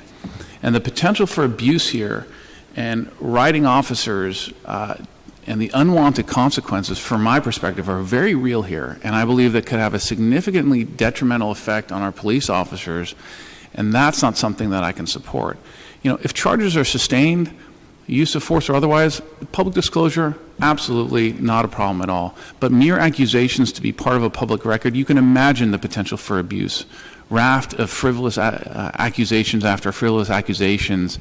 And from my perspective, that flies in the face of supporting our police officers on the street that we depend on every single day. You know, there have been many questions raised within our police department locally over the past few months. But as these discussions and investigations wind their way through their different processes, I don't think we can lose sight of the fact that these are men and women that put their lives on the line for us every single day here in the city of San Francisco, and in my opinion deserve our strong support, but both every day in our streets and in their careers as well. And so because of that part of the legislation, this is not something that I can support. Thank you, Supervisor Farrell. Supervisor Wiener. Thank you, Madam President. I just want to I don't think it needs clarification, but since some remarks have been made, I will make sure it's very clear. I think I was very clear about what my position is on this and what I support and what I don't support, in addition to what my positions have been on a number of other things. So this has nothing to do with trying to have it both ways. I clearly articulated what my position is. I do, however, I've asked to divide the file because I think it is appropriate to commend Senator Leno for his work, even though I do not support 100% of this legislation. Thank you, Supervisor Weiner. Supervisor Cohen. Let's call the question. All right. So we have a number of things to do, and I just want to be clear, since this item requires 8 votes, I will entertain a motion to waive the reference to committee, and that will require 8 votes. So that's moved by Supervisor Weiner, seconded by Supervisor Peskin. Colleagues, can we take that without objection? Without objection, we will waive the reference to committee unanimously. And now, on the item as amended, the specific lines 14 through 16 to divide the question specifically, can we take that without objection? No. We can't. We have to do it. We can't not do it, Supervisor Cohen. Fine. Thank you. No, wait a minute. Can't we send one divided file to committee and keep the other divided This file is not here? a duplication through the president to Supervisor Peskin. This is a division, not a duplication. So we're not sending anything to committee. We're going to vote for the entire item today, and the ability to do so, we would not have gotten 8 votes, and this would have failed and would have had to go to committee, and now it no longer is required to go to committee, so we're going to vote on the file separately. Madam President or Yes. Madam Clerk or Deputy City Attorney, if we vote no on this clause and we no longer commend Senator Leno for his leadership and then vote on the rest of it, so the rest of the file will say that we support the legislation that Senator Leno has introduced. Wouldn't that work? So in other words, we can all vote no on lines 14 through 16, and Senator Leno knows that we all commend him for his leadership. That will drop out, and then we'll vote on the remainder. I think we all want, it seems like we all want to support that unanimously. No. And the commending of commending Supervisor Leno. No, I'm with Supervisor Campos on the you can't have it both ways thing. So I'm happy for that 3 lines to leave this resolution, and I'm happy to vote no on those 3 lines, and then I'll call Senator Leno and commend him for his leadership. Yes. Okay, Supervisor Campos. Yes, I think that consistent with what I noted, because I think that this is kind of a ruse, in terms of playing with words. I think that I'm ready to vote no on those lines. I think Senator Leno knows what we're saying, which is we obviously commend what he's doing, but what we're not okay with is trying to create this idea that we're, trying to do something that we're not, right? And so I think that you're either with this or not, and I think in the spirit of what Senator Leno is doing and trying to accomplish, I'm with Supervisor Peskin. I think we vote no on this language, and I'll call him up and say, you know why I did it. I obviously commend what you're doing, but we're trying to make sure that we're as transparent and honest here. Well, I will say that I understand where each and every one of you are coming from, but I just don't think it's worth it for us to vote against these 3 lines in order to make a point. Supervisor Cohen. President Breed, I beg to differ. I think this body and this city does a tremendous job when it comes to LGBT issues, when it takes a stand, when it comes to bringing equality, but it wavers when it comes to really complicated issues that make people feel uncomfortable. And that is what we're dealing with here. We are either with it or we're not with it. Senator Leno, I've been working with him on this legislation. This is something that he has introduced multiple times, because he believes in this. He believes in the transparency that needs to happen across the entire state. Now, Senator Leno will understand if we vote no against him and all of his wonderful accolades, because I believe that it is more important to him that he has our support for this measure. This is an uphill battle. We need to make a statement. We take plenty of statements and challenge many notions across the entire country, but this is not one. We cannot continue to be soft on this. We must be principled, and we must vote this. We must support this. Okay, thank you. Roll call vote on the dividing. We've divided the file clearly, which is not debatable, and we are specifically voting on items 14 through 16, and then we will have a vote after that on the balance of the resolution. Madam Clerk, please call the roll. And Madam President, to Supervisor Peskin's earlier question, if a majority votes against lines on page 2, lines 14 through 16, it will be removed from the document. And I believe it is self-evident that we commend Supervisor Peskin. Senator Leno. Thank you, Madam President, that we're commending Senator Leno. I think that's self-evident in this resolution. Thank you. Madam Clerk, please call the roll. Supervisor Farrell. Aye. Farrell, aye. Supervisor Kim? Kim, no. Supervisor Marr? No. Marr, no. Supervisor Peskin? No. Peskin, no. Supervisor Tang? Aye. Tang, aye. Supervisor Wiener? Aye. Wiener, aye. Supervisor Yee? No. Yee, no. Supervisor Avalos? No. Avalos, no. Supervisor Breed? Aye. Breed, aye. Supervisor Campos? No. Campos, no. Supervisor Cohen? No. Cohen, no. There are 4 ayes and 7 noes, with Supervisors Kim, Marr, Peskin, Yee, Avalos, Campos, and Cohen in the dissent. Okie dokie, that part of the resolution fails. And Supervisor Peskin. I would make one more amendment, which is at line 17, which will now be line 14, to remove the word further.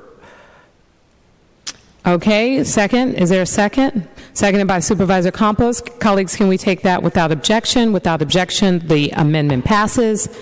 And on the item as amended, with the removal of item 14 through 16, Madam Clerk, can you please call the roll? Supervisor Farrell? No. Farrell, no. Supervisor Kim? Aye. Kim, aye. Supervisor Marr? Aye. Marr, aye. Supervisor Peskin? Aye. Peskin, aye. Supervisor Tang? No. Tang, no. Supervisor Wiener? No. Wiener, no. Supervisor Yee? Aye. Yee, aye. Supervisor Avalos? Avalos, aye. Supervisor Breed? Aye. Breed, aye. Supervisor Campos? Aye. Campos, aye. Supervisor Cohen? Aye. Cohen, aye. There are 8 ayes and 3 noes, with Supervisors Farrell, Tang, and Wiener in the dissent. Okay, the item as amended passes. Please read item 36. Item 36 is a resolution to urge California Attorney General Kamala Harris to initiate a civil rights investigation into the San Francisco Police Department's racist text messages and practices. Supervisor Cohen. Thank you. I'm on a roll, but I'm going to stop while I'm ahead. So, colleagues, I'd like to make a motion to continue this item 1 week. Okay. What's that date? April 26th. Supervisor Cohen has made a motion to continue this item to 1 week to April 26, 2016. Is there a second? Seconded by Supervisor Campos. Colleagues, can we take this without objection? Without objection, the item will be continued to 1 week to the meeting of April 26, 2016. Item 37. Item 37 is a resolution to declare the first Tuesday of May each year as the Board of Supervisors Commendation Date in celebration of Asian Pacific American Heritage Month and in recognition of outstanding Asian Pacific Americans in each of the 11 districts in the city. Supervisor Marr. Thank you. Please add Supervisor Peskin as a co-sponsor, and thank you so much to Claudine Cheng for over the years helping to organize the task force and the steering committee. Thanks to Irene Yee Riley and Al Perez for being here today, as well as many others that support this important resolution. Thank you. Thank you, and please add me as a co-sponsor as well. And Madam Clerk, can you please call the roll? On item 37, Supervisor Farrell? Aye. Farrell, aye. Supervisor Kim? Aye. Kim, aye. Supervisor Marr? Aye. Marr, aye. Supervisor Peskin? Aye. Peskin, aye. Supervisor Tang? Aye. Tang, aye. Supervisor Wiener? Aye. Wiener, aye. Supervisor Yee? Aye. Yee, aye. Supervisor Avalos? Aye. Avalos, aye. Supervisor Breed? Aye. Breed, aye. Supervisor Campos? Aye. Campos, aye. Supervisor Cohen? Aye, and I'd like to be added. Cohen? You're on there. Aye. Oh, okay, great. There are 11 ayes. Thank you. The resolution is adopted unanimously. I'm not on there. We'll add you. Thank you very much. Madam Clerk, can you call the next item, please? Item 38 is a resolution to commend the Golden State Warriors for tying the record for the most victories in a season with 72 wins during the 2015-16 National Basketball Association season and wishing the team the best of luck in the postseason. Somebody asked. Yes. Supervisor Tang? Thank you. Oh, okay. Sorry. So I guess this is a good amendment to make, and our staff are passing around the amendments, but essentially we just wanted to update the numbers here. So you have the amendments before you, hopefully, and I will request. We don't want to just wait till they win the championship? Someone else can do another one later. I think we should continue this. And then we can, if we could also add Supervisor Cohen as a co-sponsor. Thank you. Thank you. Can we divide that? No, sorry.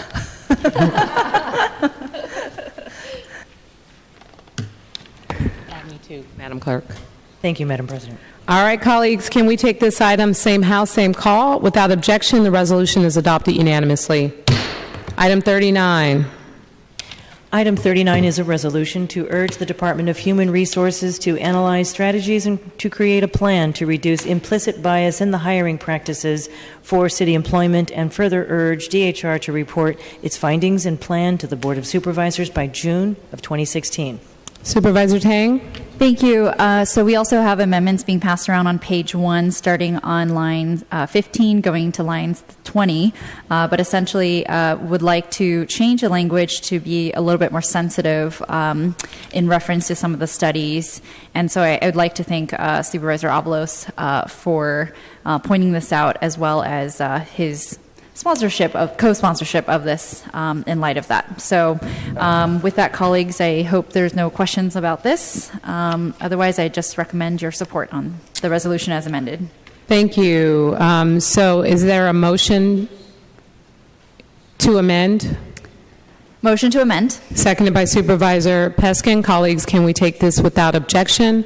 Without objection, the amendment passes unanimously. And on the item as amended, can we take the item same house, same call?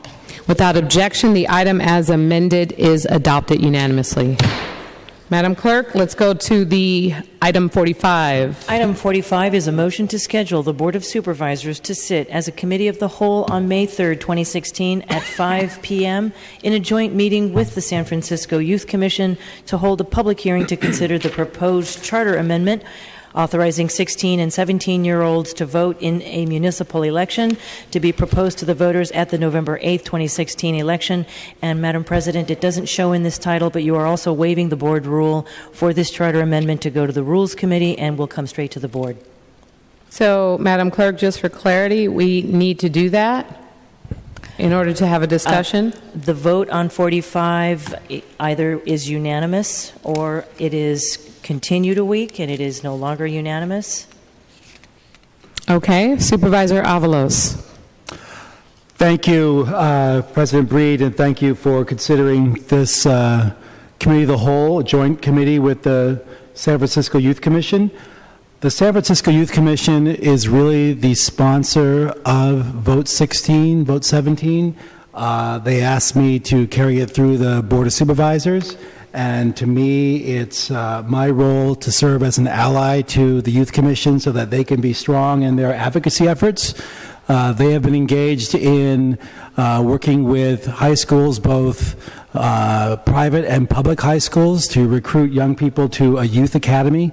And that youth academy has been working across San Francisco to gather support for Vote 16. In about a month ago, the Board of Education had approved unanimously their support for Vote 16 as a concept. And just last week, the Democratic County Central Committee had come forward and voted a vast majority in support of Vote 16.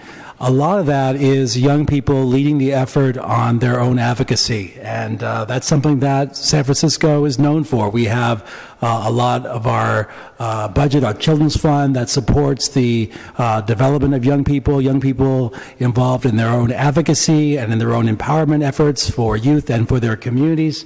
And that power has been at display at these bodies, the Board of Education and the Democratic County Central Committee, where young people have been very convincing about how when you allow young people to have an opportunity to vote, that they can become more consistent voters in their adult lives.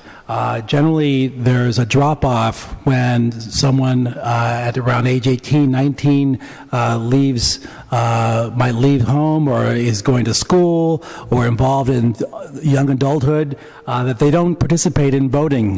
Maybe they might vote right when they turn 18 because they're excited about voting when 18, but when those first few years of adulthood come through, they don't vote very consistently, not till their late 20s or early 30s. A lot of studies show that if we're allowing young people to vote earlier, they will have they will develop a passion for voting and a consistency in voting that will carry them through their adult years. And so want to make sure that the young people have the ability to come before us as a body to serve with the Youth Commission at the Board of Supervisors to help promote this legislation and to educate us about young people and their participation in the electoral process. So would like to urge your support for sitting as a committee of the whole, and we'd be delighted to have your support. Thank you. Thank you, Supervisor Avalos. Supervisor Cohen. Thank you. Through the chair, I have a question to Supervisor Avalos, if I may. I'm just curious to know what's the connection between Vote 16 and then also us sitting as a committee as a whole? Because the Youth Commission meets on a regular basis. They've come to this body. They've come for public comment. They meet. Certainly, they've met with me. Commissioners have met with me on issues that they're concerned about, particularly around the budget. But why? I'm just confused as to why it's necessary to sit as a committee as a whole. Well, because in a joint meeting. Thank you. Through the chair. So the Youth Commission, as I said, have asked that I carry this legislation, or the Board of Supervisors carries this legislation, because they do not have the ability to get an initiative on the ballot. So as an ally, I am serving that purpose by carrying this. I introduced it last year. We've had one committee hearing on it already in the Rules Committee last year. I believe you participated in that hearing. So we actually have wanted to make sure that young people can be with us, that the Youth Commission advises the Board of Supervisors and the mayor on policy. Since this was a measure that they asked us to carry for them, I think it makes sense to have an unprecedented joint committee of the Youth Commission and the Board of Supervisors for an unprecedented charter amendment that would extend voting to the ages of 16 and 17-year-olds in San Francisco. So to me, it's part of that relationship we have with the Youth Commission, that they're not just advising us, but there's actually a measure that they have crafted that we are considering before us. Having that joint committee, that joint discussion, I think is worthy of both of our functions in San Francisco. You know, you make it really, through the chair too, Supervisor Avalos, you make a really interesting idea, because earlier in the week we sat in the Land Use Committee and we were dealing with Supervisor Peskin and Supervisor Kim's very important affordable housing legislation. And I could see sitting as a committee as a whole with the Planning Commission and in this body, that would be, to me, at a very poignant nexus. These are decisions that we all need to make. But I don't really see as clearly the need to sit as a committee as a whole with the Youth Commission, particularly when we've heard this item in the Rules Committee, that of which I acknowledge being a participant and an active participant in. So I appreciate you answering my questions, and thank you for carrying the Youth Commission's water to this body. Thank you. Supervisor Avalos, did you want to speak again? Just say my last point. This was a request of the Youth Commission that we sit as a committee of the whole a joint committee with the Youth Commission. And to me, since they've done so much work on this, they've actually sought outside funding to have a youth academy that can do the education work, the public education work around this. It just seems as part of this process that they set out to do last year, and with an enormous amount of planning, with an enormous amount of participation of young people, with enormous amount of impact they've had at the Board of Education and the Democratic County Central Committee and within their communities. Actually, a lot of young people have had this incredible experience where I've heard, there's surveys I can send you about their participation in this effort, where they feel like their whole life has been changed around by having this experience of advocating for young people and seeking greater empowerment for youth. That to me is like gold. That's what we try and do as a city, is develop these programs for young people to have this kind of leadership. And so the ultimate expression of that, I believe, would be sitting with the legislative body as an advisory body together to make have a discussion, and possibly vote to move forward on the charter amendment. And that's not clear whether the Youth Commission really wants to do that yet. There are enormous amount of obstacles they still think they face in terms of how this is going to work on the ballot, but they actually think it's really important that we elevate this discussion to this body, to this room, and they show how much we value young people and their input in San Francisco. So it's for show. A show of support. It's for show. Well, it shows that we want to make sure their voices can be heard, and this is the place in the entire city of San Francisco where the public's voice can be the strongest and where it can be debated and discussed. Supervisor Avalos, how many commissioners are there on their youth commission? There are 11 that are appointed by each one of us, and there are, I believe, 6 appointed by the mayor. And so what we thought is that the youth commissioners who are representing our districts can sit side by side with us here, and we could have the mayor's appointees in the bullpen, whatever that's called over there. It looks like a bullpen to me, or it looks like a dugout, but one of those places. And the expectation, of course, is that we would all have our say, but they would also all be able to speak. Those who'd want to speak would be able to speak, just like those of us who want to speak here will have the ability to speak, yes. Okay, so we're talking about a lengthy meeting. Well, we're talking about doing the public's work of representing the people in San Francisco, and this is the place to do it, and sometimes that takes a little bit of time. Thank you. Supervisor Farrell. Thank you, President Breed. I think you were getting at what I was getting at. But look, I'll support this today. I think I just want to make a statement. I think we're starting to set a dangerous precedent here as a board. We now have one measure, Supervisor Kim and Supervisor Peskin's measure that skipped Rules Committee to come to the full board as a committee of the whole, and now we're doing this. We're usurping the kind of utility of the Rules Committee to... it was already rules. To vote on it and dispose of it from a public comment process at our Rules Committee. And I appreciate it, and I know the Youth Commission, I enjoy interacting with them and Mike, the commissioner that I've appointed, tremendously. But what I think we're getting to this dangerous precedent that we're going to be doing this time and time again to kind of drum up a ton of public comment on an issue to support one view of the measure, which is fine, but that's been the function at the Rules Committee, and that we're doing this time and time again at the broader board. I'm going to support this today because Supervisor Avalos, I appreciate what you're doing here, but I just want to make a statement. I think we're setting a dangerous precedent, and I don't think we should be really doing this going forward. And we've done it now twice within a few months, and I'm very wary of that. Thank you, Supervisor Farrell. Seeing no other names on the roster, Madam Clerk, can you please, Supervisor Peskin? Through the President, to Supervisor Farrell, can you please explain that? You're for it, but you're against it? I don't get it. He's going to vote for it, but he just thinks we're moving in the wrong direction. That's what I heard. Okay. Thank you. Madam Clerk, please call the roll. On item 45, Supervisor Farrell. Farrell, aye. Supervisor Kim. Kim, aye. Supervisor Marr. Aye. Marr, aye. Supervisor Peskin. Aye. Peskin, aye. Supervisor Tang. Aye. Tang, aye. Supervisor Wiener. Aye. Wiener, aye. Supervisor Yee. Aye. Yee, aye. Supervisor Avalos. Aye. Avalos, aye. Supervisor Breed? Aye. Breed, aye. Supervisor Campos? Aye. Campos, aye. Supervisor Cohen? No. Cohen, no. There are 10 ayes and 1 no, with Supervisor Cohen in the dissent. So I guess, Madam Clerk, does that mean, excuse me, just a second, does that mean that this fails?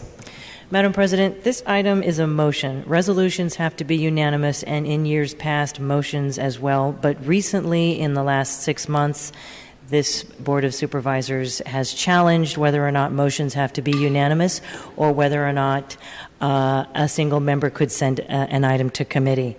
But this item has a 10-to-1 vote, and it is up to the body how the body wants to handle this item. So that means that it passes since we voted 10 to 1. That's not what it means. That's not what she said. Point of information or point of order? I believe last time the chair... Supervisor Wiener? My apologies. Point of order, I believe that last time the chair ruled that any one member could send a motion to committee. Supervisor Peskin appealed that ruling, and the board overruled the president's ruling. And so, if that's a precedent, then then it would take 6 supervisors to send an item to committee. If that's a precedent, that's my understanding. So, Madam Clerk, it's my understanding that if this item doesn't pass unanimously, it doesn't pass. So I just want clarity on that particular point. And Madam President, this is difficult for me to provide an absolute in this instance. In years past, as Supervisor Peskin recalls, Point of order. A member may send a motion to committee and has successfully done so as they send resolutions to committee. But that has changed recently, where you allowed a member to send an item to committee. We're talking about a vote versus a sending of an item to committee. So, Is it possible, sorry, Supervisor Avalos. Point of order. Is it possible to rescind the vote, continue this motion to next week, and would that allow a majority vote to determine whether we can sit as a committee of the whole on May 3rd, which it's 2 weeks away? So what I'm going to do is this motion is approved. Now, next. Okay, so Madam President, on item 38, my apologies. We were moving so quickly as I was collecting co-sponsors. I failed to collect a second for Supervisor Tang's number change, her amendments to the Warriors document. Okay, so there's a second by Supervisor Cohen. And colleagues, can we take item 38 as amended? Madam President, I would prefer if you rescinded that vote and then we captured the second. So moved. Okay, moved by Supervisor Peskin, seconded by Supervisor Farrow. So the vote on item number 38 as amended has been rescinded unanimously. Supervisor Tang, you're making a motion to amend? Yes, motion to amend. And it's seconded by Supervisor Farrow. Colleagues, can we take the amendment without objection? The amendment passes unanimously. And on the item as amended for line 38, can we take that item, same house, same call, without objection? The resolution is adopted unanimously as amended. Madam Clerk, is there, at this point, can you read the in memoriams? Point of order, I just want to be clear. So we said the motion Supervisor passes. Avalos. Thank you. We said the motion passed. Is that right? So we're sitting as a committee of the whole May 3rd? Yes, Thank you very basically. much. Thank you. I appreciate your vote, colleagues. Madam Clerk, can you please read the in memoriams? Madam President, Supervisor Wiener has submitted in a timely manner an imperative item. Supervisor Wiener now. First it's Supervisor Marr, now it's Supervisor Wiener with the imperative items. It's been a long time, Madam President. I'm just giving you a hard time, no problem. Madam President, this is a resolution declaring April 21st, 2016 to be Steve Gibson Day in the city and county of San Francisco. Okay, one second. Where's the resolution? Thank you. Supervisor Wiener. Thank you, Madam President and colleagues. Steve Gibson, the longtime director of Magnet in the Castro, will have his last day at the San Francisco AIDS Foundation on Friday. He's been an extraordinary community leader and founded Magnet, which really has helped San Francisco transform our approach to HIV prevention and care and other health needs of gay and bisexual and trans men in particular. And so I ask your support in declaring Steve Gibson Day in San Francisco. Okay, so is there a motion to move that this item is purely commendatory? Okay, moved by Supervisor Farrell, seconded by Supervisor Wiener. Colleagues, can we take that without objection? Without objection, the motion passes unanimously. And the second motion is that the need to take action came to the attention for the board after the agenda was posted. Supervisor Wiener moves the item, seconded by Supervisor Farrell. Colleagues, can we take that without objection? Without objection, that passes unanimously. And now I want to open it up for public comment for the imperative item. Is there any member that'd like to speak on the specifics of the imperative item? Members of the public, seeing none, public comment is closed. On the item, colleagues, can we take this item? Same house, same call? Madam President, it was 10-1 the previous vote, so I would recommend you have a roll call. No, the previous vote was the unanimous vote for item 38. Thank you for the clarity, Supervisor Peskin, and paying very close attention. Colleagues, can we take this item, same house, same call? Without objection, the imperative item passes unanimously. No. All right. Madam Clerk, can you please read the in memoriams? Madam President, there were none submitted today. Okay. Is there any other items before us today? That concludes our business for today. Ladies and gentlemen, we are adjourned.